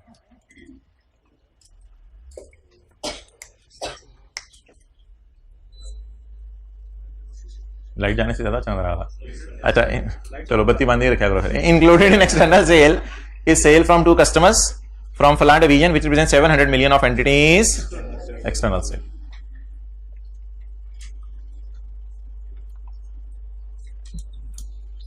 अच्छा ऐसा भी सवाल आपको पेपर में आ सकता है कि असल में ना कॉन्सेप्ट बस समझ लिया करें, फिर पेपर में वो जिस मर्जी फॉर्म में आ जाए। ऐसा भी सवाल आपको पेपर में आ सकता है कि शीदे को सेल की है, टली को सेल की है, और गामा को सेल की है, और बशीर को सेल की है। हमारी एक्सटर्नल सेल है 100 रुपया, और इसको हमने किया 12 रुपए, इसको 10 रुपए, इसको 11 रुपए, इसको 9 रुपए, इसको 6 रुपए। अब डिस्क्लोजर कैसे बनेगा? नहीं वो भाई ने सीधे टल्ली का नाम नहीं बताना, मैं सीधे का नाम बताना ना टल्ली का नाम बताना है, पेपर में उसने टल्ली हम बताने लग जाए आपकी। Included in external sale is sale from to customers, excellent, to customers, to customer, सीधा टल्ली नहीं बताना, ये तो पेपर में देखेगा कि आप नाम लिख के आ रहे हैं, नाम लिखना तो मन है, नाम वैसे बता दें कोई हर्ज नहीं है, लेकिन नाम नहीं लिख के आना, कोई जरूरी नहीं है नाम लिखना। फ्रॉम फलान division which represents 23 million of entity external sale, जो एंटिटी की एक्सटर्नल सेल का कितने परसेंट बन रहा है 23%। क्लियर? क्या group revenue from large mix of customers, dash में आप डिवीजन का नाम लिख दो, एक्सरे डिवीजन, प्रोडक्ट नाम, प्रोडक्ट यानी क्या बेच रहे हैं आप उसको, अंडे, अमरूद या सोडा, जो भी नाम है आप वो नाम लिख देंगे। डन? ओके। अच्छा ये एक चीज बनाई है, ये इंशाल्लाह आपको ना आज मैं आपके घर पहुंचवा दूंगा, तो आपने कुछ यूजर नेम पासवर्ड डालने होंगे, ये चीज खुल जाएगी। Entity wide disclosure, para 32 product या सर्विस वाइज एक्सटर्नल सेल आपने बतानी होती है, और पैरा 33 जियोग्राफिकल इंफॉर्मेशन, क्या मतलब एक्सटर्नल रेवेन्यू और non current asset for country of domicile यानी Pakistan and all foreign countries. ये कौन से डिस्क्लोजर्स हैं? एंटिटी वाइड, ये मैं आज के नोट्स में ना अपलोड कर दूंगा साथ। और para 34 reliance on major customer, if revenue from single customer is equal to और अभी डालना है equal to or exceed 10% of external revenue of entity. Total revenue from each such customer identity not total revenue from each such customer को रहने दे, बस total revenue from customers मैं इसको कर दूंगा अपलोड करते हुए। total revenue from customer, each customer का अलग-अलग तो नहीं बताया जा रहा ना।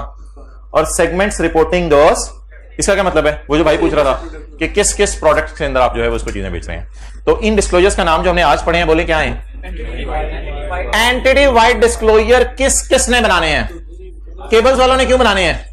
उनका तो सिंगल ऑपरेटिंग सेगमेंट है, वो पागल है बनाए, उन्होंने भी बनाने हैं। Entity wide disclosure single operating segment वाले ने भी बनाने हैं, और entity wide disclosure more than one segment वाले ने भी बनाने हैं। इसलिए हमने पैकेजेस की फाइनेंशियल स्टेटमेंट्स में भी देखे हैं और केबल्स वालों की फाइनेंशियल स्टेटमेंट में भी देखा है कि दोनों ये डिस्क्लोजर बना रहे हैं। किताब निकाल लें, इसको पढ़ लें पूरी, मैं 2-3 मिनट की आपको ब्रेक दे रहा हूं, ये पढ़ लें। कौन कौन से पैराज है? 32, 33, 34। वैसे अल्लाह का शुक्र है निकल गई, आज की क्लास पूरी थ्योरी बेस्ड थी, आपको पता नहीं चला। अच्छा थोड़ा सा चलना फिरना पड़ा है, पेज पता चल रहा था, हमारे से पूछो, हमें पता चल रहा था। Page number 439, page number 439, heading बताएं जी, एंटिटी वाइड डिस्क्लोजर्स, या पेज नंबर है 439। पैरा 32 से 34 चाहता है कि सारी एंटिटीज इंक्लूड करें, चाहे उनका सिंगल ऑपरेटिंग सेगमेंट हो। फिर भी सिंगल वाली हमने किस पेज पे पढ़ी है? 569, सिंगल वाली हमने पेज 569 पे पढ़ी है। क्या क्या शो करना है जी? Revenue from for each product and service.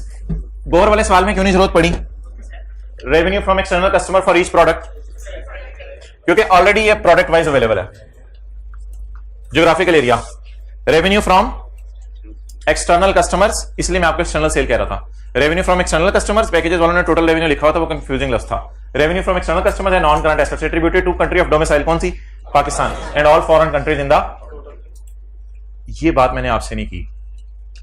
If material then for each country separately, if material then for each country separately.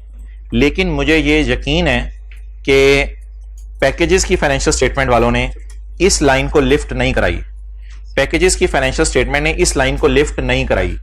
ये अफगानिस्तान वाली सेल मटेरियल है, बहरीन वाली भी मटेरियल लग रही है मुझे, बांग्लादेश वाली भी मटेरियल है, यूएई मटेरियल है मिसाल के तौर पे, कीनिया वाली भी मटेरियल है, जिम्बाब्वे वाली कोई मटेरियल नहीं है, ठीक है। और मिसाल के तौर पे ये नीचे आ रही है 5417, ये भी कोई मटेरियल नहीं है, ये सेल भी मटेरियल नहीं है। स्टैंडर्ड इजाजत दे रहा था कि कंट्री वाइज ब्रेकअप ना दो, कतर को सुने कतर को, तंजानिया को और जिम्बाब्वे को अगर आप चाहते हो तो फारक कर दो, अदर्स के नाम से डाल दो, इजाजत है, कोई मसला नहीं।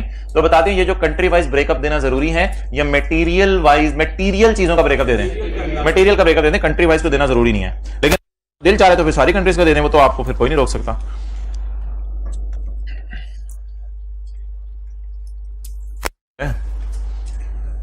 ये ब्रैकेट वाली बात समझ आ गई। If material then for each country separately. Major customer, an entity disclose the extent of its reliance on major customers by stating, क्या करता है? Number 1, if revenue from a single customer amount to 10% और more of the entity's total external revenue, the total revenue from each such customer, total revenues from each such customer, total show करते हैं, अलग अलग show करने की जरूरत नहीं। Each का लफ्ज उसने लिखा हुआ लेकिन लोग करे अलग अलग, और फायदा कोई नहीं होना ना, कस्टमर नंबर 1 से इतने, 2 से इतने, नाम तो उनके बताने नहीं आपने, तो फिर ब्रेकअप देने का फायदा क्या? And the segments reporting the revenue, और सेगमेंट्स जिनमें से वो क्या रेवेन्यू आ रहा है, यानी सोडा बेच रहे हैं, क्या बेच रहे हैं। An entity need not disclose the identity of major customer, आपने मेजर कस्टमर की आइडेंटिटी बताना जरूरी नहीं है कि ये मेजर कस्टमर कौन है। ये कौन से जी डिस्क्लोजर हो गए? एंटिटी वाइड डिस्क्लोजर हो गए। अच्छा जी, पिछला सफा है रिकॉन्सिलिएशन, किस किसकी बनाई है हमने? रेवेन्यू की, प्रॉफिट्स की, एसेट्स की और लायबिलिटीज की। ये आईकैप अक्सर बना रहे हैं, बनाने की जरूरत नहीं होती। स्टैंडर्ड ने ये कहा है कि ये वाली रिकॉन्सिलिएशंस आपने बनानी है, ये वाली रिकॉन्सिलिएशंस बनानी है। चीजें लिंक करते रहे साथ साथ। यहां लिखे पैरा 28, पैरा 28। रिकॉन्सिलिएशंस कौन कौन सी हैं जी? बोले बोले बोले। सेगमेंट रेवेन्यूज की, नंबर 2 प्रॉफिट्स की, नंबर 3, नंबर 4। अब ये क्या चक्कर है यार कि आईकैप कभी ऑपरेटिंग एक्सपेंसेस डाल रहा है और पैकेजेस वाले टैक्स की भी रिकॉन्सिलिएशन बना के दे रहे हैं, ये क्या चक्कर है? स्टैंडर्ड ने ओपन छोड़ा हुआ है एवरी अदर मटेरियल आइटम। तो पेपर में क्या करेंगे? पेपर में अगर ज्यादा नंबर हुआ, डाटा दिया हुआ इनकी रिकॉन्सिलिएशन का, तो बना दीजिएगा रिकॉन्सिलिएशन, और क्या हो सकता है? ऑपरेटिंग एक्सपेंसेस की भी रिकॉन्सिलिएशन बन सकती है, इंटरेस्ट एक्सपेंस की रिकॉन्सिलिएशन पेपर कह दे तो बनाएंगे, या साथ वाले का मुंह देखेंगे? नहीं, साथ वाले का मुंह बाद में देख लीजिएगा, वो तो इधर ही है। इंटरेस्ट एक्सपेंस इनका 3 रुपए, इनका 2 रुपए, और हेड ऑफिस का इंटरेस्ट एक्सपेंस 1 रुपए, तो जमा कर दिया। डेप्रिसिएशन की रिकॉन्सिलिएशन खुदा ना खास्ता कह दे कि ये मटेरियल है डेप्रिसिएशन, तो बट ठीक है। तो ये बड़ा ओपन है, जिसकी वजह से ना लोग बड़ा चीज को यूज कर रहे हैं, जिसका दिल चाहता है जिस मर्जी चीज की बना देते हैं। ठीक है, स्टैंडर्ड ने भी आपकी जजमेंट पे छोड़ा हुआ है। All material reconciling items shall be separately identified. All reconciling items, ये मैंने कल भी आके बनाना सारा। All reconciling items shall be separately identified. All reconciling items shall be separately identified and described. For example, amount of each material adjustment needed to reconcile the reportable profits or losses arising from different accounting policies shall be separately disclosed and described. और in the end, segment analysis. ये है para 23, नहीं खत्म होगी ना बात। ये para 23 और 24 है। इसका नाम क्या? बोले बोले बोले बोले बोले। ये तो कल करा दिया था स्टैंडर्ड के अंदर से खोल के। पैरा 23 और 24, पैरा 23 और 24, पैरा 23 और 24। भाईजान इसमें ये 5 चीजें नहीं है, इसमें तो कोई 25-30 चीजें हैं, इसमें 25-30 चीजें हैं। वो कौन कौन सी हैं? उनके नाम नहीं याद करने आपने। कौन कौन सी हैं? बोले बोले बोले बोले बोले। कल आपको स्टैंडर्ड से दिखाई थी मैंने। Profits, next profit loss, assets, external sale, interest income, ये सारा कहां शो करना है हमने? ये रिकॉन्सिलिएशन में शो करना है, या रिकॉन्सिलिएशन की जो तैयारी हो रही है उसमें शो करना है? रिकॉन्सिलिएशन बनाने की जो तैयारी हो रही है वहां शो करनी है चीजें। Depreciation and other material items of income expenses, मिसाल के तौर पे राइट डाउन्स, रिस्ट्रक्चरिंग हम IAS 37 में पढ़ेंगे। कोई डिस्पोजल, कोर्ट केसेस चल रहे हैं, वो भी अलग से शो कर दें। Entities interest in the profit of associates, ये IAS 28 में पढ़ेंगे हम। Entities interest in the profit of associate, IAS 28 लिखा हुआ कहीं नहीं लिखा हुआ। इक्विटी मेथड वगैरह क्या है, IAS 28 में पढ़ेंगे। इनकम टैक्स एक्सपेंस और इनकम टैक्स इनकम, कई दफा टैक्स होता है, कई दफा रिफंड होता है। मटेरियल नॉन कैश आइटम्स, मिसाल के तौर पे other than depreciation and amortisation, कौन सा मटेरियल नॉन कैश आइटम्स होते हैं? इम्पेयरमेंट। इसके अलावा इन्वेस्टमेंट इन एसोसिएट्स, इन दोनों में मैंने क्या फर्क बताया था? इन्वेस्टमेंट इन एसोसिएट और इनका प्रॉफिट। इन्वेस्टमेंट एसोसिएट का मतलब है जैसे बैंक में आपने 100 रुपए रखवाया, और प्रॉफिट का मतलब है उससे 12 रुपए इंटरेस्ट मिला। तो इंशाल्लाह ये IAS 28 में हम देखेंगे। इन्वेस्टमेंट होती है कितने पैसे के आपने किसी के शेयर खरीदे, और प्रॉफिट होता है उस पर कितना डिविडेंड उसने दिया। एंड एडिशंस टू मोहतरम, यहां addition to non current asset show करनी है। यहां क्या शो करनी है? Additions to. और वो जो एंटिटी वाइड डिस्क्लोजर था उसमें नॉन करंट एसेट पाकिस्तान वाले और बाहर के मुल्क वाले एज ऑन शो करने हैं। ओके, अब मैं आपसे चंद सवाल पूछने लगा हूं, पूरी सारी चीजों की समरी। वर्किंग 1 में क्या क्या जाना है? वर्किंग 1 में external sale, internal sale, total sale, profit, दुनिया की और कोई चीज नहीं जानी। ये कौन सी होगी? वर्किंग 1 होगी। वर्किंग 1 के बाद सेगमेंट एनालिसिस में क्या जाना है? पैरा 23 एंड 24, पैरा 23 एंड 24, ये 20-25 चीजों की लिस्ट है। रिकॉन्सिलिएशन, 4 चीजों की मस बनानी है। Total revenue, profits, assets, liabilities. Other material items में आपकी मर्जी है, अदर मटेरियल आइटम्स की आप बनाना चाहें बना सकते हैं। ये पैरा नंबर 28। आखिरी चीज एंटिटी वाइड डिस्क्लोजर, उसमें अगर प्रोडक्ट वाइज सेल ऑलरेडी नहीं आ रही तो प्रोडक्ट वाइज सेल बताएं। नंबर 2 एक्सटर्नल सेल पाकिस्तान और एक्सपोर्ट। एक्सपोर्ट में कंट्री वाइज ब्रेकअप तब दें जब मेजर सेल हो रही हो किसी कंट्री को, यानी कि मटेरियल सेल हो रही हो। और non current asset add on Pakistan वाले और non current asset add on बाहर के मुल्क वाले। और आखिरी चीज extent of reliance on major. तो अल्लाह का शुक्र है एवरीथिंग इज क्रिस्टल क्लियर कि कहां पे कौन सी चीज किस वक्त लेके जानी है और किस वक्त कौन सी चीज को अप्लाई करना है। ओके, अदर मटेरियल आइटम जो आपको मटेरियल लगे तो आई क्या फिर बता देगा, मार्क्स पे डिपेंड करता है कि कौन कौन से और आइटम्स हैं जिनको आप मटेरियल समझ रहे हो।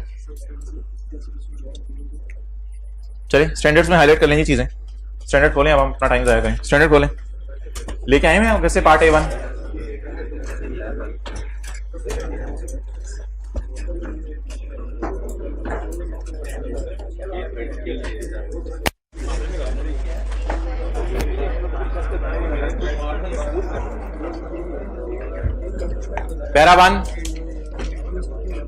पैरा वन पढ़े आज कोर प्रिंसिपल किताब में, हाईलाइट कर लें।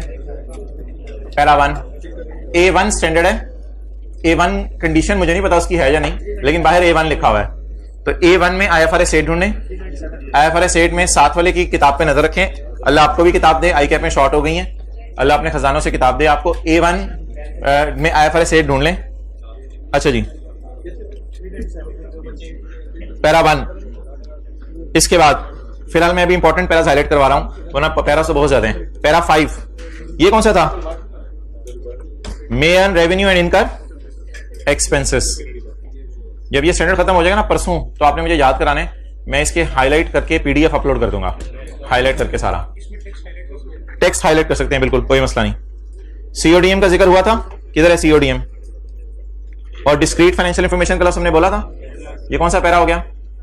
पैरा 5 हो गया। ये चीजें ऑपरेटिंग सेगमेंट को ऑपरेटिंग सेगमेंट बनाएंगी। नेक्स्ट, फिलहाल जरा मैं ना मेन पैरास की तरफ आ रहा हूं। क्वांटिटेटिव थ्रेशोल्ड्स, पैरा 13 10%, 10% और 10%, तीन चीजों का लेना होता है ना 10%। ये क्वांटिटेटिव थ्रेशोल्ड्स हो गए, देख रहे हैं साथ वाले शो। अच्छा, ये 75% वाला किधर है? Para 15, para 15।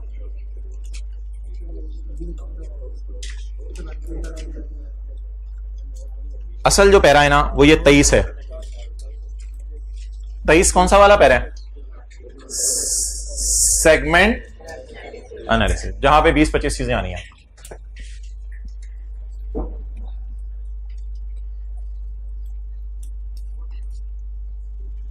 ये सारी चीजें ABCDEFGHI, बाकी ये नीचे वाले पैरा को पढ़ने की जरूरत नहीं, मैं आपको हाईलाइट करके दे दूंगा। Amount of investment associates, amount of additions to non current assets, measurement छोड़ दें। रिकॉन्सिलेशंस किस किस की? रेवेन्यू की, प्रॉफिट्स की और एसेट्स की, लायबिलिटीज की, अदर मटेरियल आइटम्स की। ये रिकॉन्सिलेशंस हो गई। और कौन से डिस्क्लोजर? Entity wide disclosure.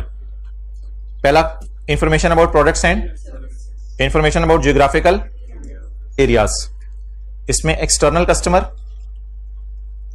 बाहर वाले भी, पाकिस्तान वाले भी, आगे कहानियां पढ़ने की जरूरत नहीं। और नॉन करंट एसेट्स, बाहर पाकिस्तान वाले भी और बाहर वाले भी।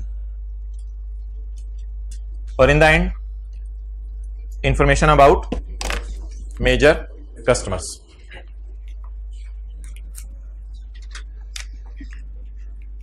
अच्छा, आपसे एक मशवरा चाहिए था, फिर कैमरा इधर ले आओ। वो ना कर दूं बात, कर दें बात।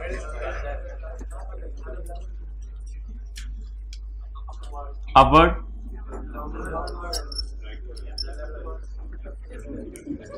अपवर्ड और डाउनवर्ड।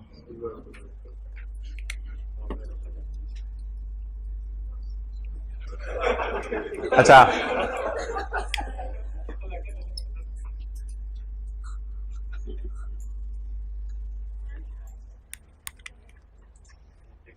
पिछले साल ऑपरेटिंग सेगमेंट 9% टेस्ट में फॉल करा था, यानी पिछले साल हमने ऑपरेटिंग सेगमेंट को लिफ्ट नहीं कराई, और इस साल ऑपरेटिंग सेगमेंट 11% पे चला गया। कैसा हो सकता है? हो सकता है पिछले साल नॉन रिपोर्टेबल था, इस साल क्या बन गया? रिपोर्टेबल। कंपैरिजन में पिछला साल देना चाहिए। अब मशवरा मांग रहा हूं आपसे, मशवरा मांग रहा हूं। आपके जहन में क्या आ रहा है? बोले बोले बोले बोले बोले। आप कहते जाते जाते भी आपको स्टैंडर्ड पढ़ाया जा रहा है। कितनी फिक्र हो रही है आपकी दुनिया की। अच्छा, तो 2010 है और 2011 है। 2010 में 10% टेस्ट लगाया तो फेल हो गया, तो आपने कहा यार ये सेगमेंट भी कोई सेगमेंट है, फारिग कराओ, ऑल अदर में डाल दिया। लेकिन अगला साल आया, दिन रात मैनेजर ने एक किया, मैनेजर ने कहा तुम सबकी ऐसी की तैसी, मैं अपनी सेल दिखाता हूं कितनी है। और मैनेजर ने दिन रात एक करके 11% सेल माशाल्लाह अल्लाह के हुक्म से कर दी। अब मुझे बताएं इस साल ये क्या बन गया? स्टैंडर्ड कहते हैं कंपैरेटिव इंफॉर्मेशन दें, अनलेस कि आप ये कह दें कि बड़ा बड़ा खर्चा हो जाने और बड़ा मुश्किल काम है, देना मेरे लिए पॉसिबल नहीं है, फिर और बात है। लेकिन ये बात इंशाल्लाह कल पढ़ा दूंगा। जहन में आगे बात समझ आ गई? इधर मशवरा दे दें, इधर मशवरा दे दें। बोले बोले इधर इधर क्या हुआ? 2010 के अंदर रिपोर्टेबल था और 2011 में बोले बोले बोले क्या बन गया? नॉन रिपोर्टेबल बन गया। तो 10 के अंदर जो है वो 11% है और 11 के अंदर 9% है। किताब दिखाओ।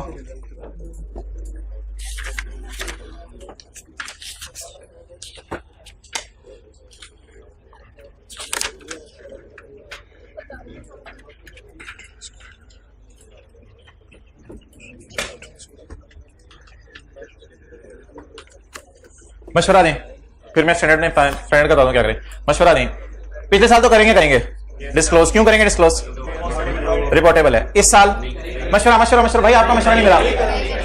स्टैंडर्ड कह रहे हैं अगर आपको लग रहा है कि ये सिग्निफिकेंट और मटेरियल है तो आप यूजर के लिए इंपॉर्टेंट है तो कर दें डिस्क्लोज, और अगर आपका दिल चाह रहा है तो ना करें, आपकी मर्जी है। सिग्निफिकेंट है तो कर दें। बहरहाल ये बातें कल लिखूंगा, अभी मैंने कुछ बताई नहीं। जाते जाते आखिरी बात जो आपने अपने जहनों में बिठानी है। अल्लाह का शुक्र है पिछला सारा आपने वर्किंग 1 से लेके मुझे extent of reliance on major customer तक अभी रिवाइज कराया है। मैं आपकी हिम्मत को दाद देता हूं कि उस किस किस में क्या क्या चीजें आनी है। आखिरी बात आपसे जाते जाते पूछ रहा हूं, पिछले साल क्या है? Non reportable. भाईजान हिलजुल नहीं, मैं भी हिल सकता हूं। पिछले साल क्या है? Non reportable. तो पिछले साल की वर्किंग में यहां तो नहीं आया होगा। इस साल क्या बन गया? आपने अभी पैकेजेस में देखा कंपैरिजन साथ आ रहे होते हैं, तो बेहतर है जब 11 की फाइनेंशियल स्टेटमेंट प्रिंट करा के भेजें तो पिछले का भी डाटा डाल दें, अगर पॉसिबल हो, अगर ज्यादा खर्चा ना हो रहा हो, जल्दी से डाटा मिल जाए। इधर पिछले साल क्या है? रिपोर्टेबल। इस साल फार्मा को नजर लगी। फार्मा एक साल में तो रिपोर्टेबल था, अगले साल फार्मा को नजर लगी। क्या करें? अगर आपको लगे यूजर के लिए यह बात सिग्निफिकेंट है तो कर दें, वरना करने की जरूरत नहीं है। अब एक सवाल आप कराइएगा, आपके कोई 5 से 7 तो नहीं, ये सारी वर्किंग रिकॉन्सिलिएशन बनानी होगी, कितना टाइम लग जाएगा? 5 से 700 मिनट। वैसे ये यहां से लेके वर्किंग 1 से लेके वर्किंग 2, 3 डाल के यहां तक कितने टाइम में हो जाना चाहिए? 15 से 20 मिनट भाई फरमा रहे हैं। अच्छा, ये जो मैं सवाल आपको होमवर्क में दे रहा हूं ना भाईजान, ये सवाल जो मैं होमवर्क में दे रहा हूं, पॉइंट के बाद एक डिजिट यूज कीजिएगा। अगर आप पॉइंट के बाद एक डिजिट यूज नहीं करेंगे तो दोनों फिगर्स आपको 13 रुपए और 13 रुपए नजर आ रही होंगी, वो फिर गलत नतीजे पे चली जाएंगी। तो पॉइंट के बाद एक डिजिट यूज कीजिएगा, क्योंकि जब मैंने सवाल बनाया था, बनाने के बाद पता चला कि सवाल इतना बॉर्डर पे नहीं बनाना चाहिए था कि स्टूडेंट को मसला हो जाए, इसलिए पॉइंट के बाद एक डिजिट यूज करें। वो भी कौन सा सफा था जो हमने खोला था? 569। तो फिर 568 के ऊपर होगा सवाल। 567 पे सवाल है जी, अल्लाह का शुक्र है उसका सोल्यूशन भी दिया हुआ है। 567 पे सोल्यूशन देखिए, आपने क्वेश्चन बनाना है। पेज 567 क्वेश्चन देखिए, सोल्यूशन बना लीजिएगा। अच्छा, ऑन रखो। वो हजरात हाथ खड़ा करें कि हम टर्म टेस्ट नहीं देंगे। अब वो कहें, वो हजरात हाथ खड़ा करें जो मेरी कभी बात नहीं मानेंगे। अच्छा, टेस्ट रूम में कौन कौन जाएगा? जाएंगे, देखेंगे, जो जो सवाल हो सके वो करेंगे, हर सवाल का आधा पोर्शन करेंगे। यही आपका इम्तिहान है भाईजान, वरना लोग बड़े परेशान होते हैं में जाके। जी भाई का कोई सवाल है? रिकॉर्डिंग बंद करो, मैं अकेले में इनका जवाब दूंगा।